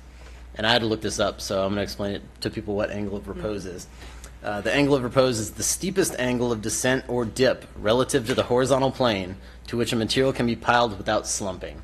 So just think of a pile of sand that you're pouring and the triangle or cone that's formed afterwards. This process generally continues unabated until the bedrock topples again, starting the process over. The report examined 3 blocks. Block A, adjacent to 402 Grand Avenue, experienced the toppling failure last winter. Block C, adjacent to 100 and 101 Hollister Avenue, failed only within the marine terrace deposits on the upper portion of the bluff. And Block B, adjacent to 402 and 404 Grand Avenue, which has not failed yet, is primed and ready to fail because it is notched at the base and overhung above the base. There were two great figure and a plate in here, so I put this one in so that you can get a look at it, and then later on I overlay these same exact lines on the actual aerial image. The report projects a 1 to 6 year bluff retreat line that impinges upon the seaward edge of the adjacent residential properties. And note, before the next two slides, that there's cut line A and cut line B. This slide shows the portion of the bluff that will fall in 1 to 6 years at cut line A in Block A. This slide shows the portion of the bluff that will fail in 1 to 6 years at cut line B in Block C. Efforts to relocate and stabilize the path in Block A and Block C could also destabilize the bluff further, leading to a failure of Block B and/or hastening the retreat of the bluff line. Funds put into construction and realignment of the footpath could be lost within 1 to 6 years, depending on winter conditions, and a local earthquake could result in immediate loss of the pathway. The City Council reviewed the closure at their regular meeting on May 25, 2017, and directed staff to continue the temporary closure. The Council also authorized the formation of a citizen group charged with studying potential long-term solutions for preservation of the pathway. The group has been actively working on the issue and is expected to present options and recommendations to the City Council later this year. Staff understands the importance of continuing to allow the public to utilize this incredible coastal resource, but public safety is the city's #1 priority. Based on the possibility of another wet winter in the forecast and the facts presented in the geologist report, staff is recommending that the pathway remain closed until the citizen group presents their options and recommendations, and the situation can be reevaluated. That's all I have for you. Thank you. Any questions? Okay, now the public hearing will be open. Mr. Jesberg. Evening again, Commission. Going back to the council hearing earlier this year, the section we're most worried about is Section B, which is, as Matt said, primed and ready to fail. It's also where it's, the cliff face is closest to the path right now. It's almost immediately adjacent to the pathway now, and it's also very close to where the private property line is. So it's the narrowest part of the pathway, so it's likely to fail. And we didn't feel safe putting people out there, especially heading into a winter, until we get some stabilization efforts. So I think that was the overriding factor. It wasn't, certainly in Block A, we could remove some of the private improvements that have been built in the right-of-way and move the pathway far enough away from the cliff face to do that. Block C probably isn't as eminent. There is quite a bit of cliff, top of the cliff behind the fenceway, but it's Block B that we're most worried about. So if you have any questions, I'd be happy to answer. Any questions of Mr. Jesberg? Yes. Thank you. Steve, my question is concerning what responsibility do we as a city have for the beach portion, the bottom of that cliff? As far as public safety. I mean, this is... Yeah, so it's an unimproved property, the beach area. We have signs up where you can enter the beach, warning people of the bluff face failures. I think that covers our liability. It's a natural spot. To close it off would become very difficult. I don't know of a practical way to close that off. Yeah, but it is within our purview in terms of public safety. It's not It's not the state or the state park or. Actually, I think that the parcel, the beach, is actually a city-owned parcel. City-owned parcel. Yes. Yeah. I'd have to verify how far it goes, but I think a good portion of it is, yes. Okay. That was my only question for Steve. I did have a question for staff about easement encroachments. All right, so let's see if anyone else in the public wants to address this item. Okay, come on up.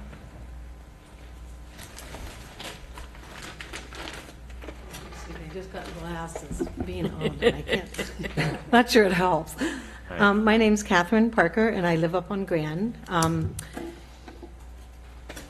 And I would just like to say, whether you choose to close or not close the path tonight, I hope the commission will encourage the city staff and the council to take a more active and positive look at proposals for the future of the entire path. It's a beloved community asset. It's enjoyed by nearby residents and people from all over the world. I've seen people get engaged up there, have memorials, kids' first bicycle rides, end of life walks, you know, hundreds of people lined up to see surfers and whales. And anyway, it's a beloved community asset, like the wharf and the Riverview Walk. The issue is a complex and contentious and a long-term issue, and I know it'd be tempting to sweep it under the rug for easier projects, but I think this is where we need the city most for its expertise and its leadership and its ability to communicate and gather consensus from all the residents. And I hope that the commission will see fit to encourage the city to lead the discussion in a positive and open manner and encourage them to take it really seriously. Thank you. Thanks. Oh, I need to sign in. Anyone else? Okay, we'll close the public hearing. And commissioners, anyone? You can talk. If you want to talk, come on up. If you want. I'm holding it open for you, Tim. This is your one opportunity. To be on television. Oh, God, don't say that. Hopefully it won't last 15 minutes. Tim Matthews. I live at 108 Hollister. And I just want to say that it seems to me that there is access. I mean, there's enough on the easement to guarantee that we would have at least several years of access. I mean, you never know, but it's there. It's city property, and basically by closing it, we're denying the citizens of the city to use the city property. And the other question, is the Coastal Commission required to weigh in on this? California Coastal Commission? This is a coastal permit. Yeah. Definitely. So at the last meeting, there was a letter from the Coastal Commission, which was kind of poo-pooed by some of the council members, that highly recommended that the path be open because it is a huge asset to everybody up there. And the consensus that I hear in the neighborhood is it's something that everybody wishes that they would just take the easement back to the property line, open the path. If it lasts a year, it's a year. If it lasts 5 years, it's 5 years. It could be 10 years. There's no expiration date on when the cliff's going to cave in to the point where there's no access. So we're going to take, anyway, that's all I have to say. I think it's a mistake to close it while there still is viable access. Thank you. Anyone else? And now we will close the public hearing. Who would like to address? Can I make a clarification with staff? So what you guys are asking for tonight is for us to approve a closure that's not a permanent closure, but it's a temporary closure until alternatives can be brought forward to open it. And it doesn't make sense to close it around Area B where we're really concerned because we've already had sloughing that's close to the pathway in the other, in A and C. Is that my understanding is correct? Okay. Right, so. Right, this is only a temporary action while the community works on coming up with a plan for how the pathway could work, is the way I understand it. Nothing is so permanent as a government program that is to be temporary. So my real concern with not closing it is, and I understand 1 to 6 years is 1 to 6 years, but we had a really bad winter. We don't know what we're going to have this year. And if there are people out there, standing on that pathway, walking on that pathway, and it gives way, then you're talking about life and limb. And I think that it behooves us to protect the public safety in that way with this type of a closure. And I agree with what Catherine said, that I would very much like to encourage City Council to be positive in looking at alternatives because it is a cherished asset. A lot of the community walks it almost every day. Those are my comments. I'll jump in and give because I'm going to be the opposite here, obviously. I spent a career, and my wife doesn't like me saying this, in risk management. I was a firefighter, but I gave direction two people that endangered lives, right? I had to make those decisions. I may be a little bit of a cowboy, but I walked it today, looked at the fence, it's as sturdy as it was before the slide happened last year. So I'm, to me, it's like we're losing time for our people. We lost the summer already, and it's all about what if. So let's talk about the angle of repose. And I was here for the city council meeting and the geologist. Matt, if I was to ask you with your angle of repose, with your little sand, your little triangle, and if you put something over the top of it, what happens? So if you put something over that triangle that protects it, nothing builds up there. And I guess what I'm saying is it's asphalt right to the edge. The angle of repose where you see those areas is where it comes back to where the asphalt is or the area is protected. And the geologists discussed this, and we talked about that. Additionally, not only is it our neighborhood that walks there, I think one of the households up there counted 300 plus people per day that walks there. Another issue is Capitola is the most walkable beach town in the United States. That's a pretty big, when you look at it, how do you get really that broad of an area to claim something that is, it's pretty exciting, I think, for the city of Capitola. We could, yeah, sure, the Esplanade is one of those areas, the wharf maybe, but without a doubt, this bluff area, the Depot Hill Bluff, is that area that is well known for people to walk up there. And I think Catherine expressed it, and she sees it more than I would. She sees it day and day up there. And I'm going to bring up something that I probably going to get Steve's ire, but we actually have an ordinance on the Depot Hill Bluff about maintaining it and taking care of it. Now, I understand the intent may be different than what it says, but what it says is the purpose of this chapter is promote the stabilization of the Depot Hill Bluff, thereby enhance the safety of those persons who walk above and at the foot of Depot Hill Bluff and who are otherwise in the vicinity of Depot Hill Bluff, as well as protect the property and structures in the vicinity of the Depot Hill Bluff. The purpose of this chapter is also to protect any archaeological and paleontological resources upon, within, or the vicinity of the Depot Hill Bluff. And then it talks about how they do that, no building on the structure and so on. So I can't tell you what the real intent is. I can tell you when I read this what I think it means. It means that we recognize that needs to be taken care of. And quite frankly, I don't think the city has done that over the years. Is this a funding issue? It may be. I understood there's like a $40,000 cost that made to move the path.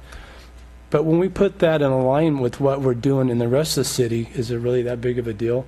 For the amount of people who get to use that path and look at it, it may be there a year, it may be there a week, it may be there 10 years that Tim mentioned.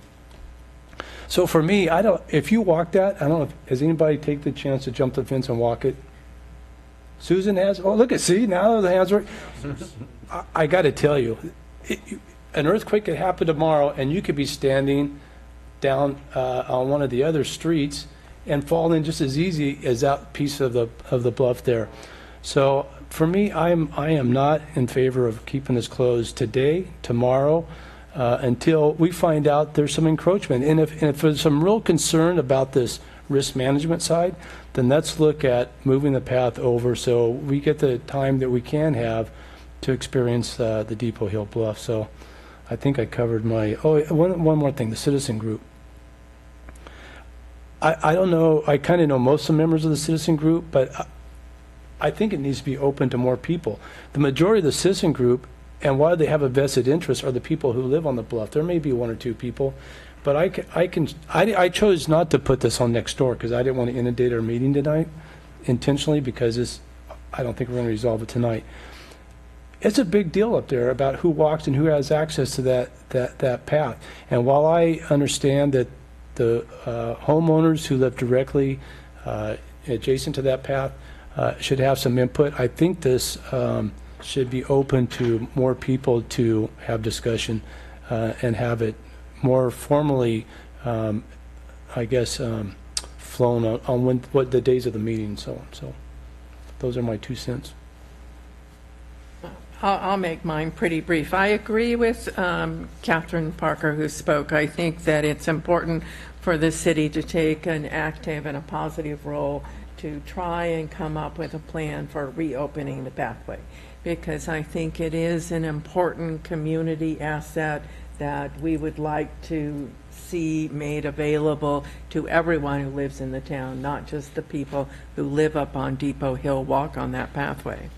Having been a prior city manager, I would absolutely support the action that's before us tonight to close it until such time as there is a plan, because with the geologist report in place and everything else, if something did happen, the city of Capitola is 100% liable for whatever person or whatever accident happens up there.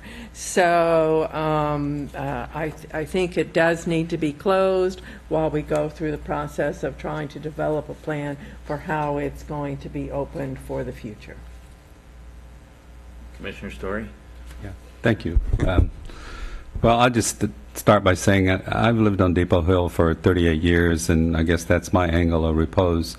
And when I came across that section and had saw that it was blocked off, without any notice or warning, and that really bothered me because for me, this is a very important piece of Capitola history.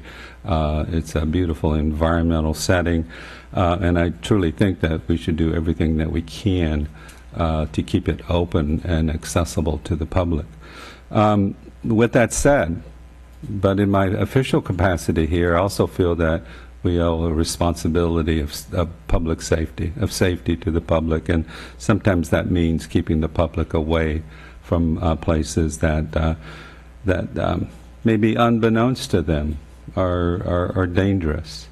And since this is temporary and we have a citizens committee, and I hope that they have a schedule and will report and just identify what their schedule of activity are when they're going to come out with their recommendations, so that then we can start the process of the rehabilitation. So I'm gonna support the temporary closure. I understand it's being done as part of our coastal development permit. I do, though, I see a little bit of discrepancy between the positive and steps that we're taking on top of the cliff, but I don't see that same sort of urgency about the bottom of the cliff and the public that accesses that portion. That's as dangerous, if not more dangerous, than what's on top of the cliff. And I know that, yeah, we can't exclude everyone, but it seems that we should have more direct and obvious and frequent signage along that bluff. I see people, kids all the time, playing directly at the bottom of that bluff, right near failed areas. And that has always, concerned me. So I would hope that we would take as much concern about public safety on the bottom as we do on top. Maybe those aren't equal efforts, but we should be as attuned to one as the other. They're equally as dangerous. And finally, on the question of the encroachment, until we have the Citizens Committee and what their recommendation, we know what we're going to do. I'm not sure if it's worth the effort right now to engage in trying to recapture those encroachments, even if we can. But however, when we come up with that recommendation and with the plan and the investment of public dollars, we should seriously look at taking back those encroachments so that it creates a better buffer. I think that that's in the benefit of the residents along there as well as for the residents of Capitola. And that should certainly be a part of a future plan. So those are my thoughts. Thank you. So I'll make a motion to adopt the staff recommendation and conditions. I'll second. Any further discussion? All in favor? Aye. No. Opposed? No. Okay. Last public hearing is 2005 Wharf Road. Design permit to construct a new public library and demolish the existing library located in the PFFP Public Facilities Zoning District. Property owner is the City of Capitola again. Staff report. Okay, before you tonight is the new Capitola Branch Library proposal. Currently, there's a 4,320 square foot library at 2005 Wharf Road. Within this application, the city is proposing to build an 11,700 square foot building. It is within the Public Facilities Zoning District. The Public Facilities Zoning District is very open in terms of the development requirements. So there is a design permit required. There's no height regulations, no setback regulations. Within the standards, it states that the Planning Commission may require a development project to be more restrictive to ensure harmony with the adjacent land uses. The developer is required to provide off-street parking, so the last attachment to your packet this evening was a parking study. There is no parking requirement for a library within our zoning code. The study looked at the County of Santa Cruz requirement as well as existing conditions, and at the end of the evaluation they found that parking was in compliance with the demand, with the additional monitoring by the city to ensure that the parking utilized at the library is utilized for library patrons and not the residents in the neighborhood. So with that, I'm actually going to turn this over to Steve Jesberg, our Public Works Director, and and his crew. So thank you. Thank you, Katie. We have the architect from Nolan Tam here tonight, so I'm going to let him do most of the presenting. I just wanted to talk to the commission quickly about kind of the public process we've been through and vetting this design and the work you see before you tonight. The city has held 2 public workshops very early in the design process where we did receive public comment on the types of building and the size of the building, and received public input, responded to that. And also we've had 2 public hearings at the city council meetings regarding this design. So in each step we've taken the public comment that we've received and direction from the city council and put this project together. Wasn't it also before the Planning Commission one time? I don't think it's gone to the planning. A presentation overview. Oh, okay, I'm sorry. So with that, I'd like to introduce Matti Tieblum from Nolan Tam. He's got a presentation very similar to one that the design committee has recently seen. He's going to cover everything from the exterior and landscaping to the interior and give you a good back. So with that, Matti. Commissioners, Tieblum, Matti Tieblum. Steve got the first half right, and it's not unusual to get my name wrong. So happy to be here, representing Nolan Tam Architects. I'm the project manager. We're coming up to a year, I think, since we started this process. And on top of the meetings that Steve mentioned, we met regularly with the ad hoc committee. It's been a wonderful process for us. Libraries is our main business and what we do.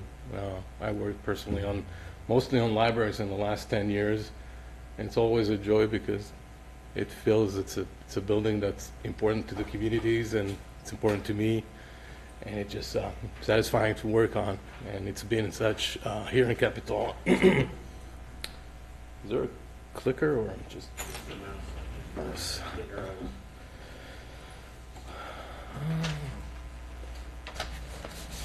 Sorry.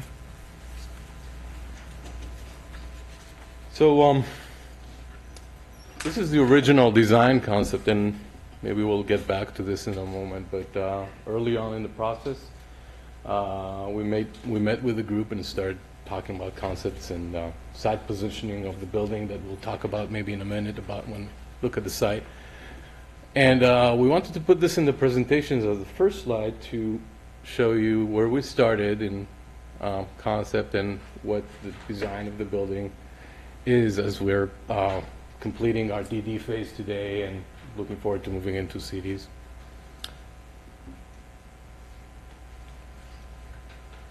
So talking about the site, our landscape architect for the project is Joni Janaki from Santa Cruz, and she was here a couple of weeks ago in the city council meeting and presented probably more better than I can the landscape aspects of it, but I tried to bring this in front of you.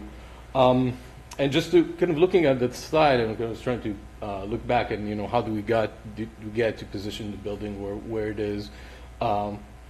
We had a few constraints. One of them is the tot lot, the playground that we were told is cherished and want to be preserved. But then there was just, you know, looking at the site and trying to understand how do we want to position the building. We felt it was important for it to come to the corner, present itself. It's not only in the mass, but also in the elevation and the glazing around. In terms of parking and the grade of the site, the backside where the parking is now is more reasonable for parking. It slopes more steeply towards the corner. The building can address that and maybe support that presence of the building on the site. So put together, we evaluated and we decided to position the building the way you see it today. A little bit of a walkthrough around the building, so the zooming in on the immediate proximity of the building and the area that's adjacent to the tot lot. It's a public building. Parking is important, but we wanted to balance it with a true pedestrian access. So while the entrance is directed towards the parking lot, but we really wanted to strengthen that entrance from Claire's. We moved that entrance, that curved path, a lot of visibility of the space, the interiors of the space from Claire's, and we'll see it in the perspectives later in the views. So as a public building, it's accessible to the pedestrians. It makes it present in the environment as such. And it creates that little tie area, that entrance, is that boundary between the existing tot lot, where the oaks are, they're nice big oaks. We're told by the arborist, you know, that they're valuable, they're in good condition, and we wanted to preserve them. And that created that entrance area that transitions you into the library. Then going, if you look on the right side, that's Claire's, and that's kind of, you can see the bay where the off-street, the street parking is. It's going to be new street parking on that side for a spot, planting around, and you turn around, and the corners of Claire's and Wharf, landscaping there, but mainly below the landscaping is basically the area where we collect and hold the water and let it percolate, the rainwater. Stormwater treatment requirements are pretty strict, and the site is supposed to let the water percolate on the site, and we've been, not me personally, very smart engineers dealing with a lot of numbers, been looking into this, and I think we have that issue, a design completed and hopefully on the way to be approved by the city. So all that area below, it's basically area for rainwater to percolate. And that's the frontage of the building towards Wharf, and we'll look in a moment at the planting in that area. Planting along Claire's, so we will add one oak in that area, and some crab apples, and some additional kind of local and typical landscaping and planting. And this is along Wharf. There's the dogwood trees and the maples, and the grasses that cover on these treatment areas, some large boulders. And the idea was to create something that kind of talks a little bit to the language and the patterns of the Soquel, and connects this landscape to the one that's pretty much across the street down the cliff. As we turn around into the kind of pedestrian and vehicular entrance of the building, Kahuhu, I hope I'm pronouncing correctly, But again, planting all around, in and around the parking lot. And this is the type of planting that will be added in the areas that around and under the drip line of the oaks in order to improve their conditions. A word about parking. 39 spots on the site right now. Since we went from 12,000 to 11,700, we were able to reduce that spot. We're providing 2 electric vehicle charging provision for 2 charging stations. The spots are there right at the entrance to the building, right around. Is there a mouse? I don't know. So right in front of the building, the first spots are accessible ADA accessible spots, and spots for the charging stations, because those are required to be accessible as well, one of them. And then there's preferred parking also for efficient vehicles. The type of benches, side furniture, a deck facing the playground, and the boulders that will be used on the site. I'm talking a little bit about the building itself. The building has 2 main volumes to it. The large volume is the main reading room with the large clear stories above, almost all around the building. A lot of daylight coming in.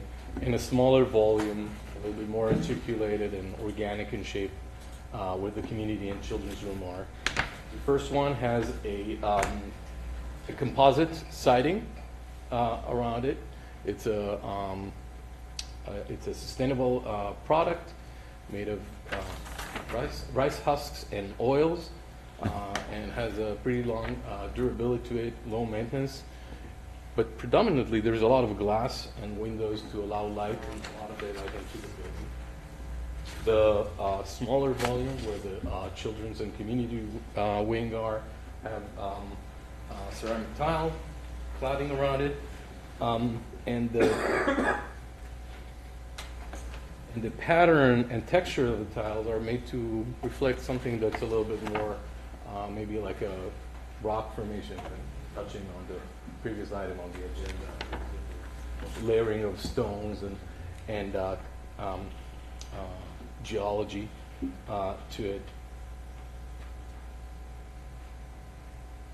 Signage on the building, so the signage will be this is on the driveway side, stainless steel signage, and for the library and the address.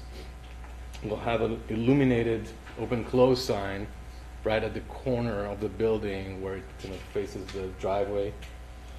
And this is at the main entrance, a larger library sign on top.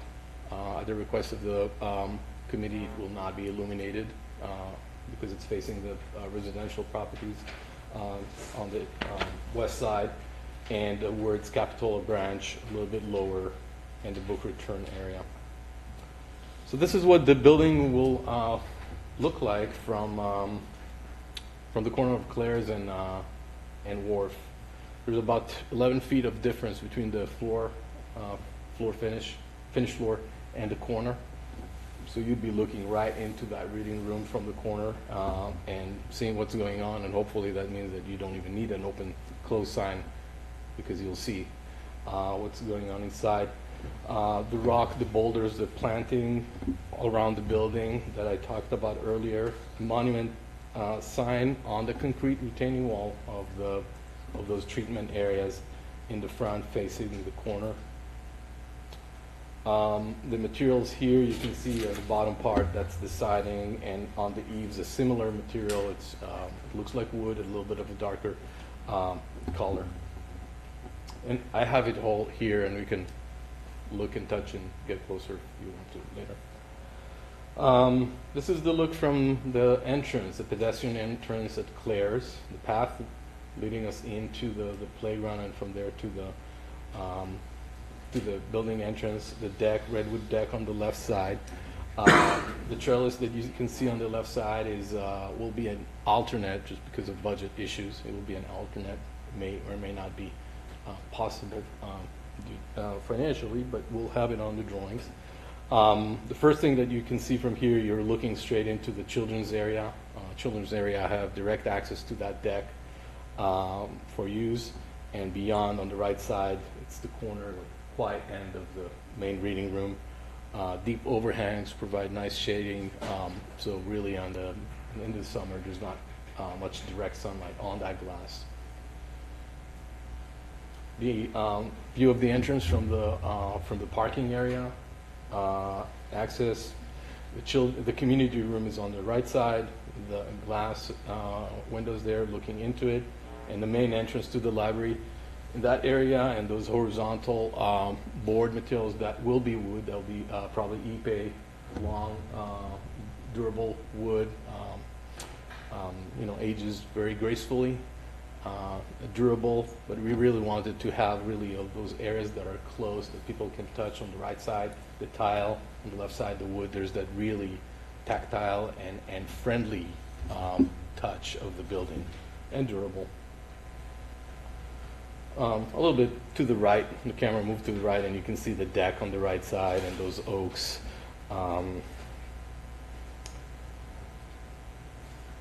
So the materials, you have it also a similar slide in your packet. The trim on the upper side, upper left side, all the trim around the roofs and the metals will be zinc. The window glazing system, so the aluminum will have a color to match that. On the right side, you have the colors of the composites, and a slide of Ipe. Concrete base, the pedestal of the building is concrete, exposed concrete, and the tile. Some images from other projects that have used similar materials just to show our intent maybe in a little more realistic way. Moving into the interior, as I said, 11,700 square feet, about almost 4,000 square feet of main reading room, about 2,000 square feet for the children's, 1,000 square feet. The community room in the center, there's that, what the community decided to call the gallery, and it has a teens room, there's a electronic homework room. In the middle, there's a little reading space, sitting area. On the right side, two smaller spaces are small study rooms, and staff area to the left side, the deck at the bottom. Ceiling plan of the space, and what it shows mainly is in the main part of the building, and those views that project outside is a wood ceiling. So in the interior, it's an actual wood ceiling.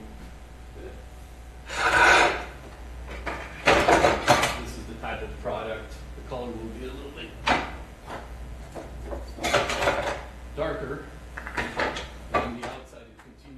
Similar product, but it's a more durable exterior type product, matching color, but continue those eaves up. The maritime kind of context was mentioned in the packet. I personally rather leave it as, like an inspiration, was a metaphor that we use, and the building evolves and becomes different people see different things in that shape and geometry. Some see that as the canopy of the tree and the trunk and below. So there's a metaphors and ideas. The building, what comes out is what matters. Looking from in the reading room, this is looking in the reading room. Let's say from where the fireplace. Did I talk about the fireplace? And can I point with this? Am I pointing on something? I cannot. I am. So right here, there's a fire. Where I have a fireplace. There's a sitting area around the fireplace, and this view is from that fireplace toward the main entrance of the building. On the right, there is this feature wall, wood panel. It's an acoustic wood product, and it's the wall basically that separates with the staff area. And you're looking into the entrance, and there where it says meeting, it'll probably say community room, and not meeting, but beyond that door, that's the community room. And on the left, it's the gallery and the teens room. From the same spot, looking all the way down the library, so the wood ceiling above, and an open space and those clear story windows that basically all around, so you have light pretty much throughout the day. Reading area all the way at the end of the building. This window on the left basically faces the entrance from Claire's. And we were asked to integrate some of the art that was in the old cafe, the book cafe. Capitola Book Cafe. So we identified some places for the art, both here and in this room space in the gallery. This is looking in the opposite direction all the way towards that feature wall and the sitting area and the gallery along the middle, which is kind of like a volume within the big space. It's kind of standalone. It's a cleaner, more kind of crisp shape glass windows kind of facing the reading room. The area, the space in the middle of the gallery, it's also a pass-through from the main reading room to the children's area. There's and beyond there, it's glass door. The librarian can have it open or closed depending on how they want to use the space and the level of noise and other considerations. A look at the children's area. One of the features that we're going to have there, and we have those leafy silhouettes above. There's going to be an art installation that we'll be commissioning, and it's going to be a ceiling hung art installation. Our thought is that again, we're touching on this tree concept, so you can see those kind of what's the word, tree looking shapes on the walls. You could see it next to the meeting room as well, and on the ceiling we'll have a continuation of that. And on the round shapes above are both light fixtures but also solar tubes. Combination of them, they're spread around in kind of like a looser geometry, and those solar tubes should be able to bring inside daylight, a lot of daylight. They have lenses, so they're actually funneling, collecting light and bringing it in. At the back of the children's room, there's this wall with these little nooks that we're going to have for children to just sit in them and just read with the parents. This is where we are in the process. This is maybe one of our last activities, hopefully, as we are concluding the DD phase, and we're looking forward for instructions from the city, your approval, instructions to move forwards to the CD phase. Questions? Any questions? Thank Go you. It's a beautiful design. I've seen it several times before, and it's very impressive. And I guess my question, and maybe more appropriate for Steve, is about on the infrastructure around the building.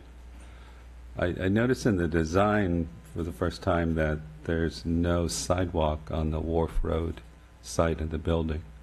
And I was, I guess, surprised to see that. I read the rationale was to direct traffic. But in my experience, people don't always take the hint. They may be going to other places. We're removing a sidewalk now that's there to allow people to walk down on that side of the building. So I just was, is that truly the intended final design? It's to push people into Wharf Road? That is our intended design. We really want people to access the library off of Clare Street at this point. There is no continuing sidewalk down Wharf Road. We did design in a space, between where the landscaping is, where we can build a sidewalk in the future. But clearly, what we're trying to right now, a lot of people will cross Wharf Road. They come up the path from the Nob Hill Shopping Center, and they will cross Wharf Road into the driveway for the existing library. And we're trying to move that. So we've redone the pathways that now go to Claire's and Wharf in the Rispin property. And then we're trying to discourage people from crossing anywhere but at the intersection of Clares and Wharf. And we feel that the crosswalk is the way to, or lack of sidewalk in that area is the way to do it. Once we get more development, there's room to build a sidewalk there, as it's needed to bring people up and down Wharf Road on that side of the road. But as far as accessing the library, we feel that it doesn't assist the library at this point. Okay. Well, I would hope that we would revisit that, but that was probably the only thing I noticed that I guess surprised, and I needed to make a comment. Otherwise, it's a wonderful project. It's a beautiful design, and in full disclosure, I'm on the Library Capital Campaign Committee, just so everybody knows. Thank you. So I have a question for Okay, the architect. please. Can you tell me about how this building's going to be heated and air conditioned, and how that's all going to work? I mean, it seems like there's a lot of glass. There are a lot of smaller spaces that are going to be closed off. I mean, I'm certain that you've anticipated all of this. Yeah. Heating, but in particular air conditioning, has been a topic of discussion and still being discussed and considered. Heating is required by code. Certain amounts of ventilation, whether natural or forced, are required by building codes. Cooling is not a requirement by the code, but based on the analysis of our engineers on the local weather, the conditions around the building and inside the building in the local weather, and the occupant load, including the use of the building, equipment, computers, lights, people, it was their recommendation that the building needs to be also mechanically air conditioned. We're providing a lot of operable windows in relief hoods to allow to the maximum possible natural ventilation. Some of it will be manually operated, and some will be with motors, little operators for high bay windows that you cannot reach. There'll be a little motor that opens and closes them. So the intent is to the extent possible, the building allow it to be naturally ventilated and use it without any mechanical ventilation or heating or cooling. But that's not always the case, and that's why we have a mechanical system. The mechanical system that we, together with our engineers, proposed for this building is one that distributes the air from the bottom up. It's a tall building. We start dropping the air from above. We create like a little microclimate up there, Right. but it's not very efficient. By bringing from below, as we're familiar with radiant type heat, it's very low velocity. It's not like pushing air. It's very low. It's just coming up, and it's close to the user, so the user experiences the heat or the ventilation cooling close, and not by having to force more and more from above. Another reason that we're doing that is because we don't want big ducts. We're trying to keep architectural and aesthetic decisions. We don't want to have to see all these things. We're bringing it all from the crawl space that the slope basically gave us this crawl space. We just have a slope, we build a level floor, and we have a crawl space that we can run a lot of these ducts from underneath and have a lot of the systems in a crawl space. You don't have to go into a roof or a ceiling space. You just walk into crawl space, and a lot of the equipment will be there, pretty readily accessible for maintenance and use. The type of system, it's called a 4-pipe VRV system. There's two main units that will be on the roof. One pushes the air, and one pushes heats the air or the water, the electronics into the pipes, and exchanges it from heating to cooling as necessary. Do you need more detail on this? No, I'm okay. I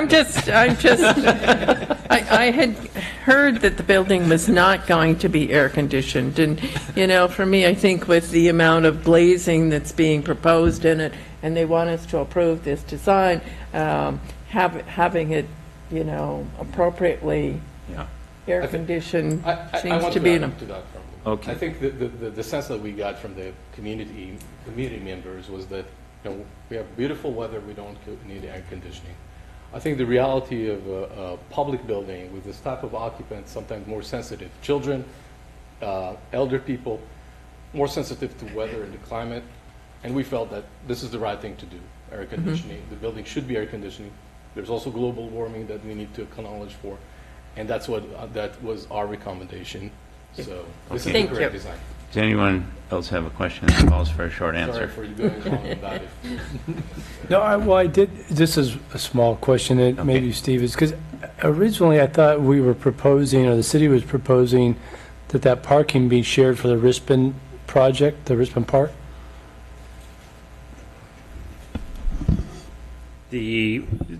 Originally, the hotel on the Rispin was going to use this shared parking, but since there's no hotel project over there anymore, the park itself doesn't have any parking associated with it.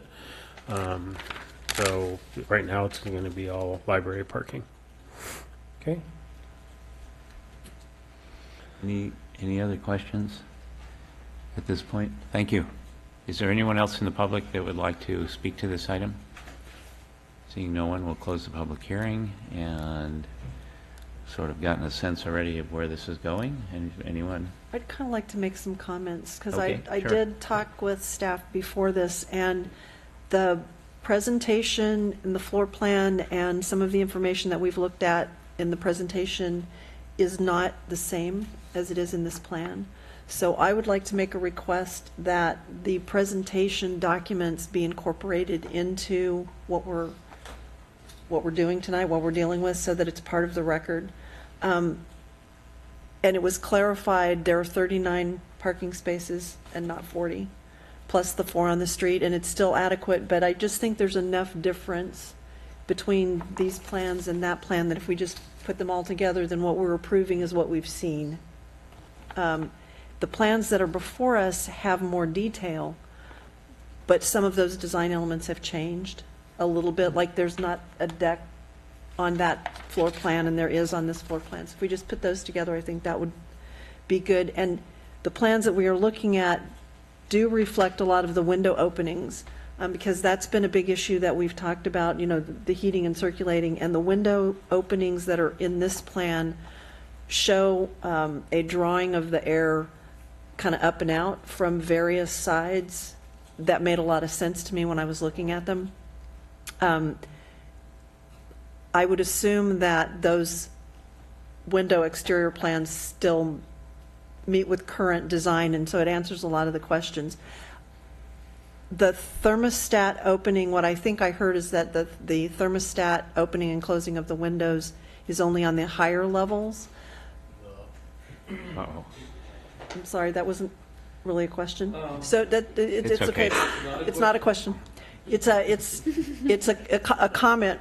So what I would like to include in maybe the conditions is that if there is no mechanical air conditioning that develops into the plan, that the window openings and the level of detail of what's thermostatically controlled and what's not get vetted out, because we don't want librarians running around trying to open the windows when it gets too warm. And with all of the different enclosed glass rooms that we have, I think air conditioning is going to be an important thing. So I'd like to somehow get that into the conditions. Well, for and that's me, all. Oh, when we go talk ahead. about the air conditioning's a big one for me too. Mm-hmm. And you know, for me, I think we need to have a condition in there that you know, the building will be climate controlled.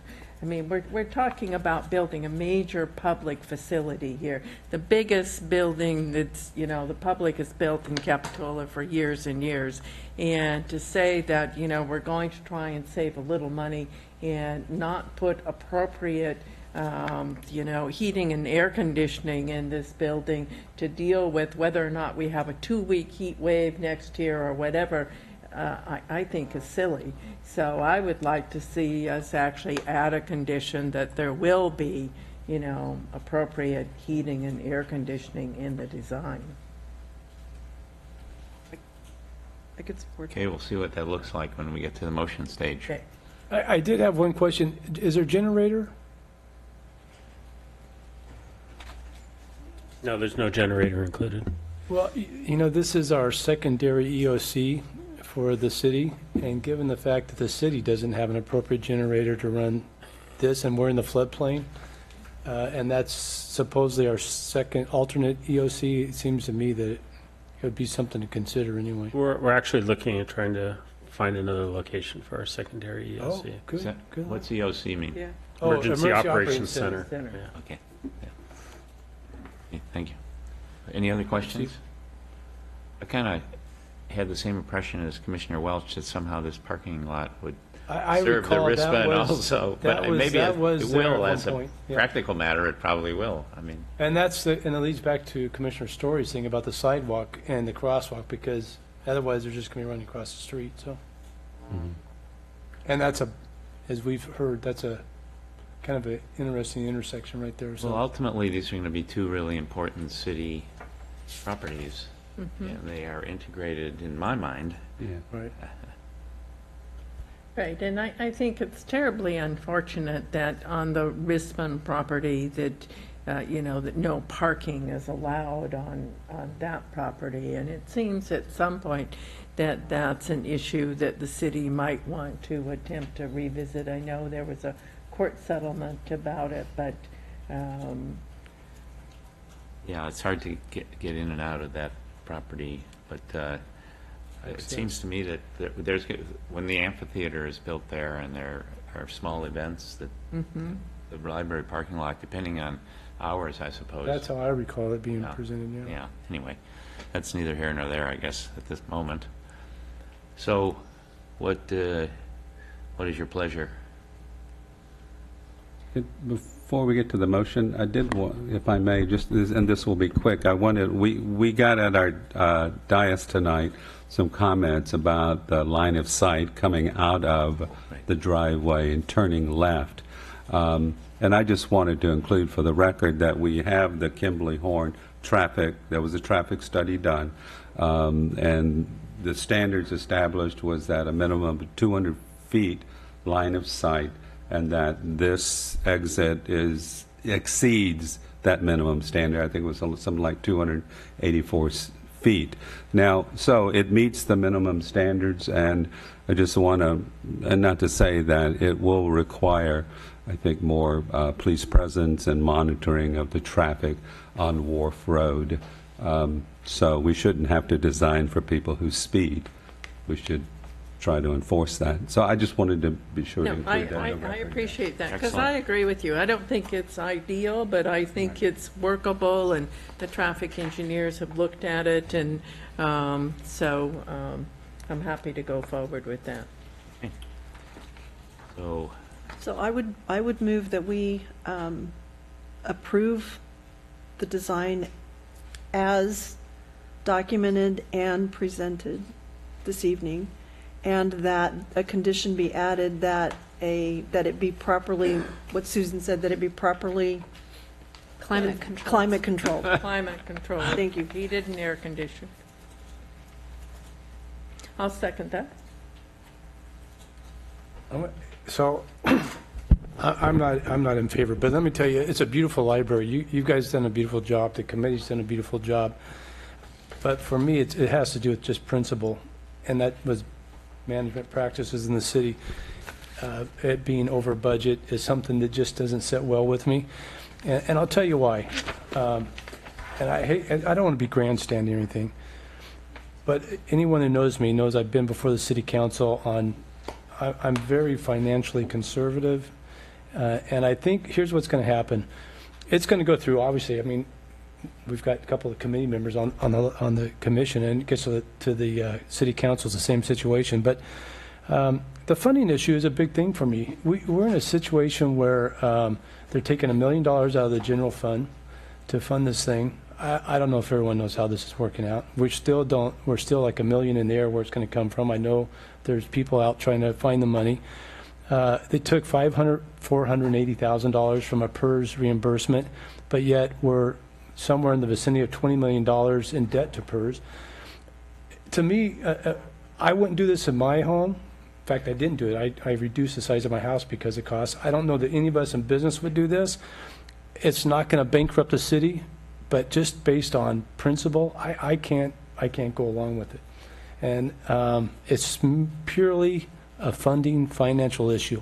I think it's a great project. I'm all in favor of having a new library. It's just it's a little bit outside of my comfort zone with the funding, knowing that when we do city contracts pretty soon, it's going to be a ghost town trying to find money around here. So for that, I just had to say my piece before. Yeah, I would only question whether that's really our purview. I mean, it's not our purview. We're doing a design review. Ed, I totally get it, but you're going to see why I'm voting no, because it's a principle thing. Yeah, well, that's good that you expressed that. Okay. And I just want to throw in the comment, since he alluded to it, I am also part of the honorary committee for the library. No conflict of interest, but I'm part of the honorary committee for the library. I think everybody in Capitola is I am not on the honorary committee. Okay. Nor will I be, but it sounds like, hey, I love you people still. It's not a personal thing. Yeah, no, I think the design is fabulous. Absolutely. I'm really impressed with it, and so. We have a motion to approve the design permit for the new library with conditions as stated. In a second, all in favor? Aye. Opposed? No. Okay. Director's report. Thank you, Mr. Chairman. Just a few quick items for you this evening.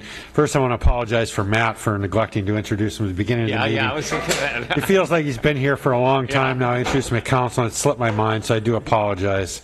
In terms of staffing, we also have a interim building official starting with us next week. He'll be a contract employee working 3 days a week. His name is Brent Hipsher. He comes to us from a number of previous public agencies, very well qualified, so we're looking forward to having some support in our building division.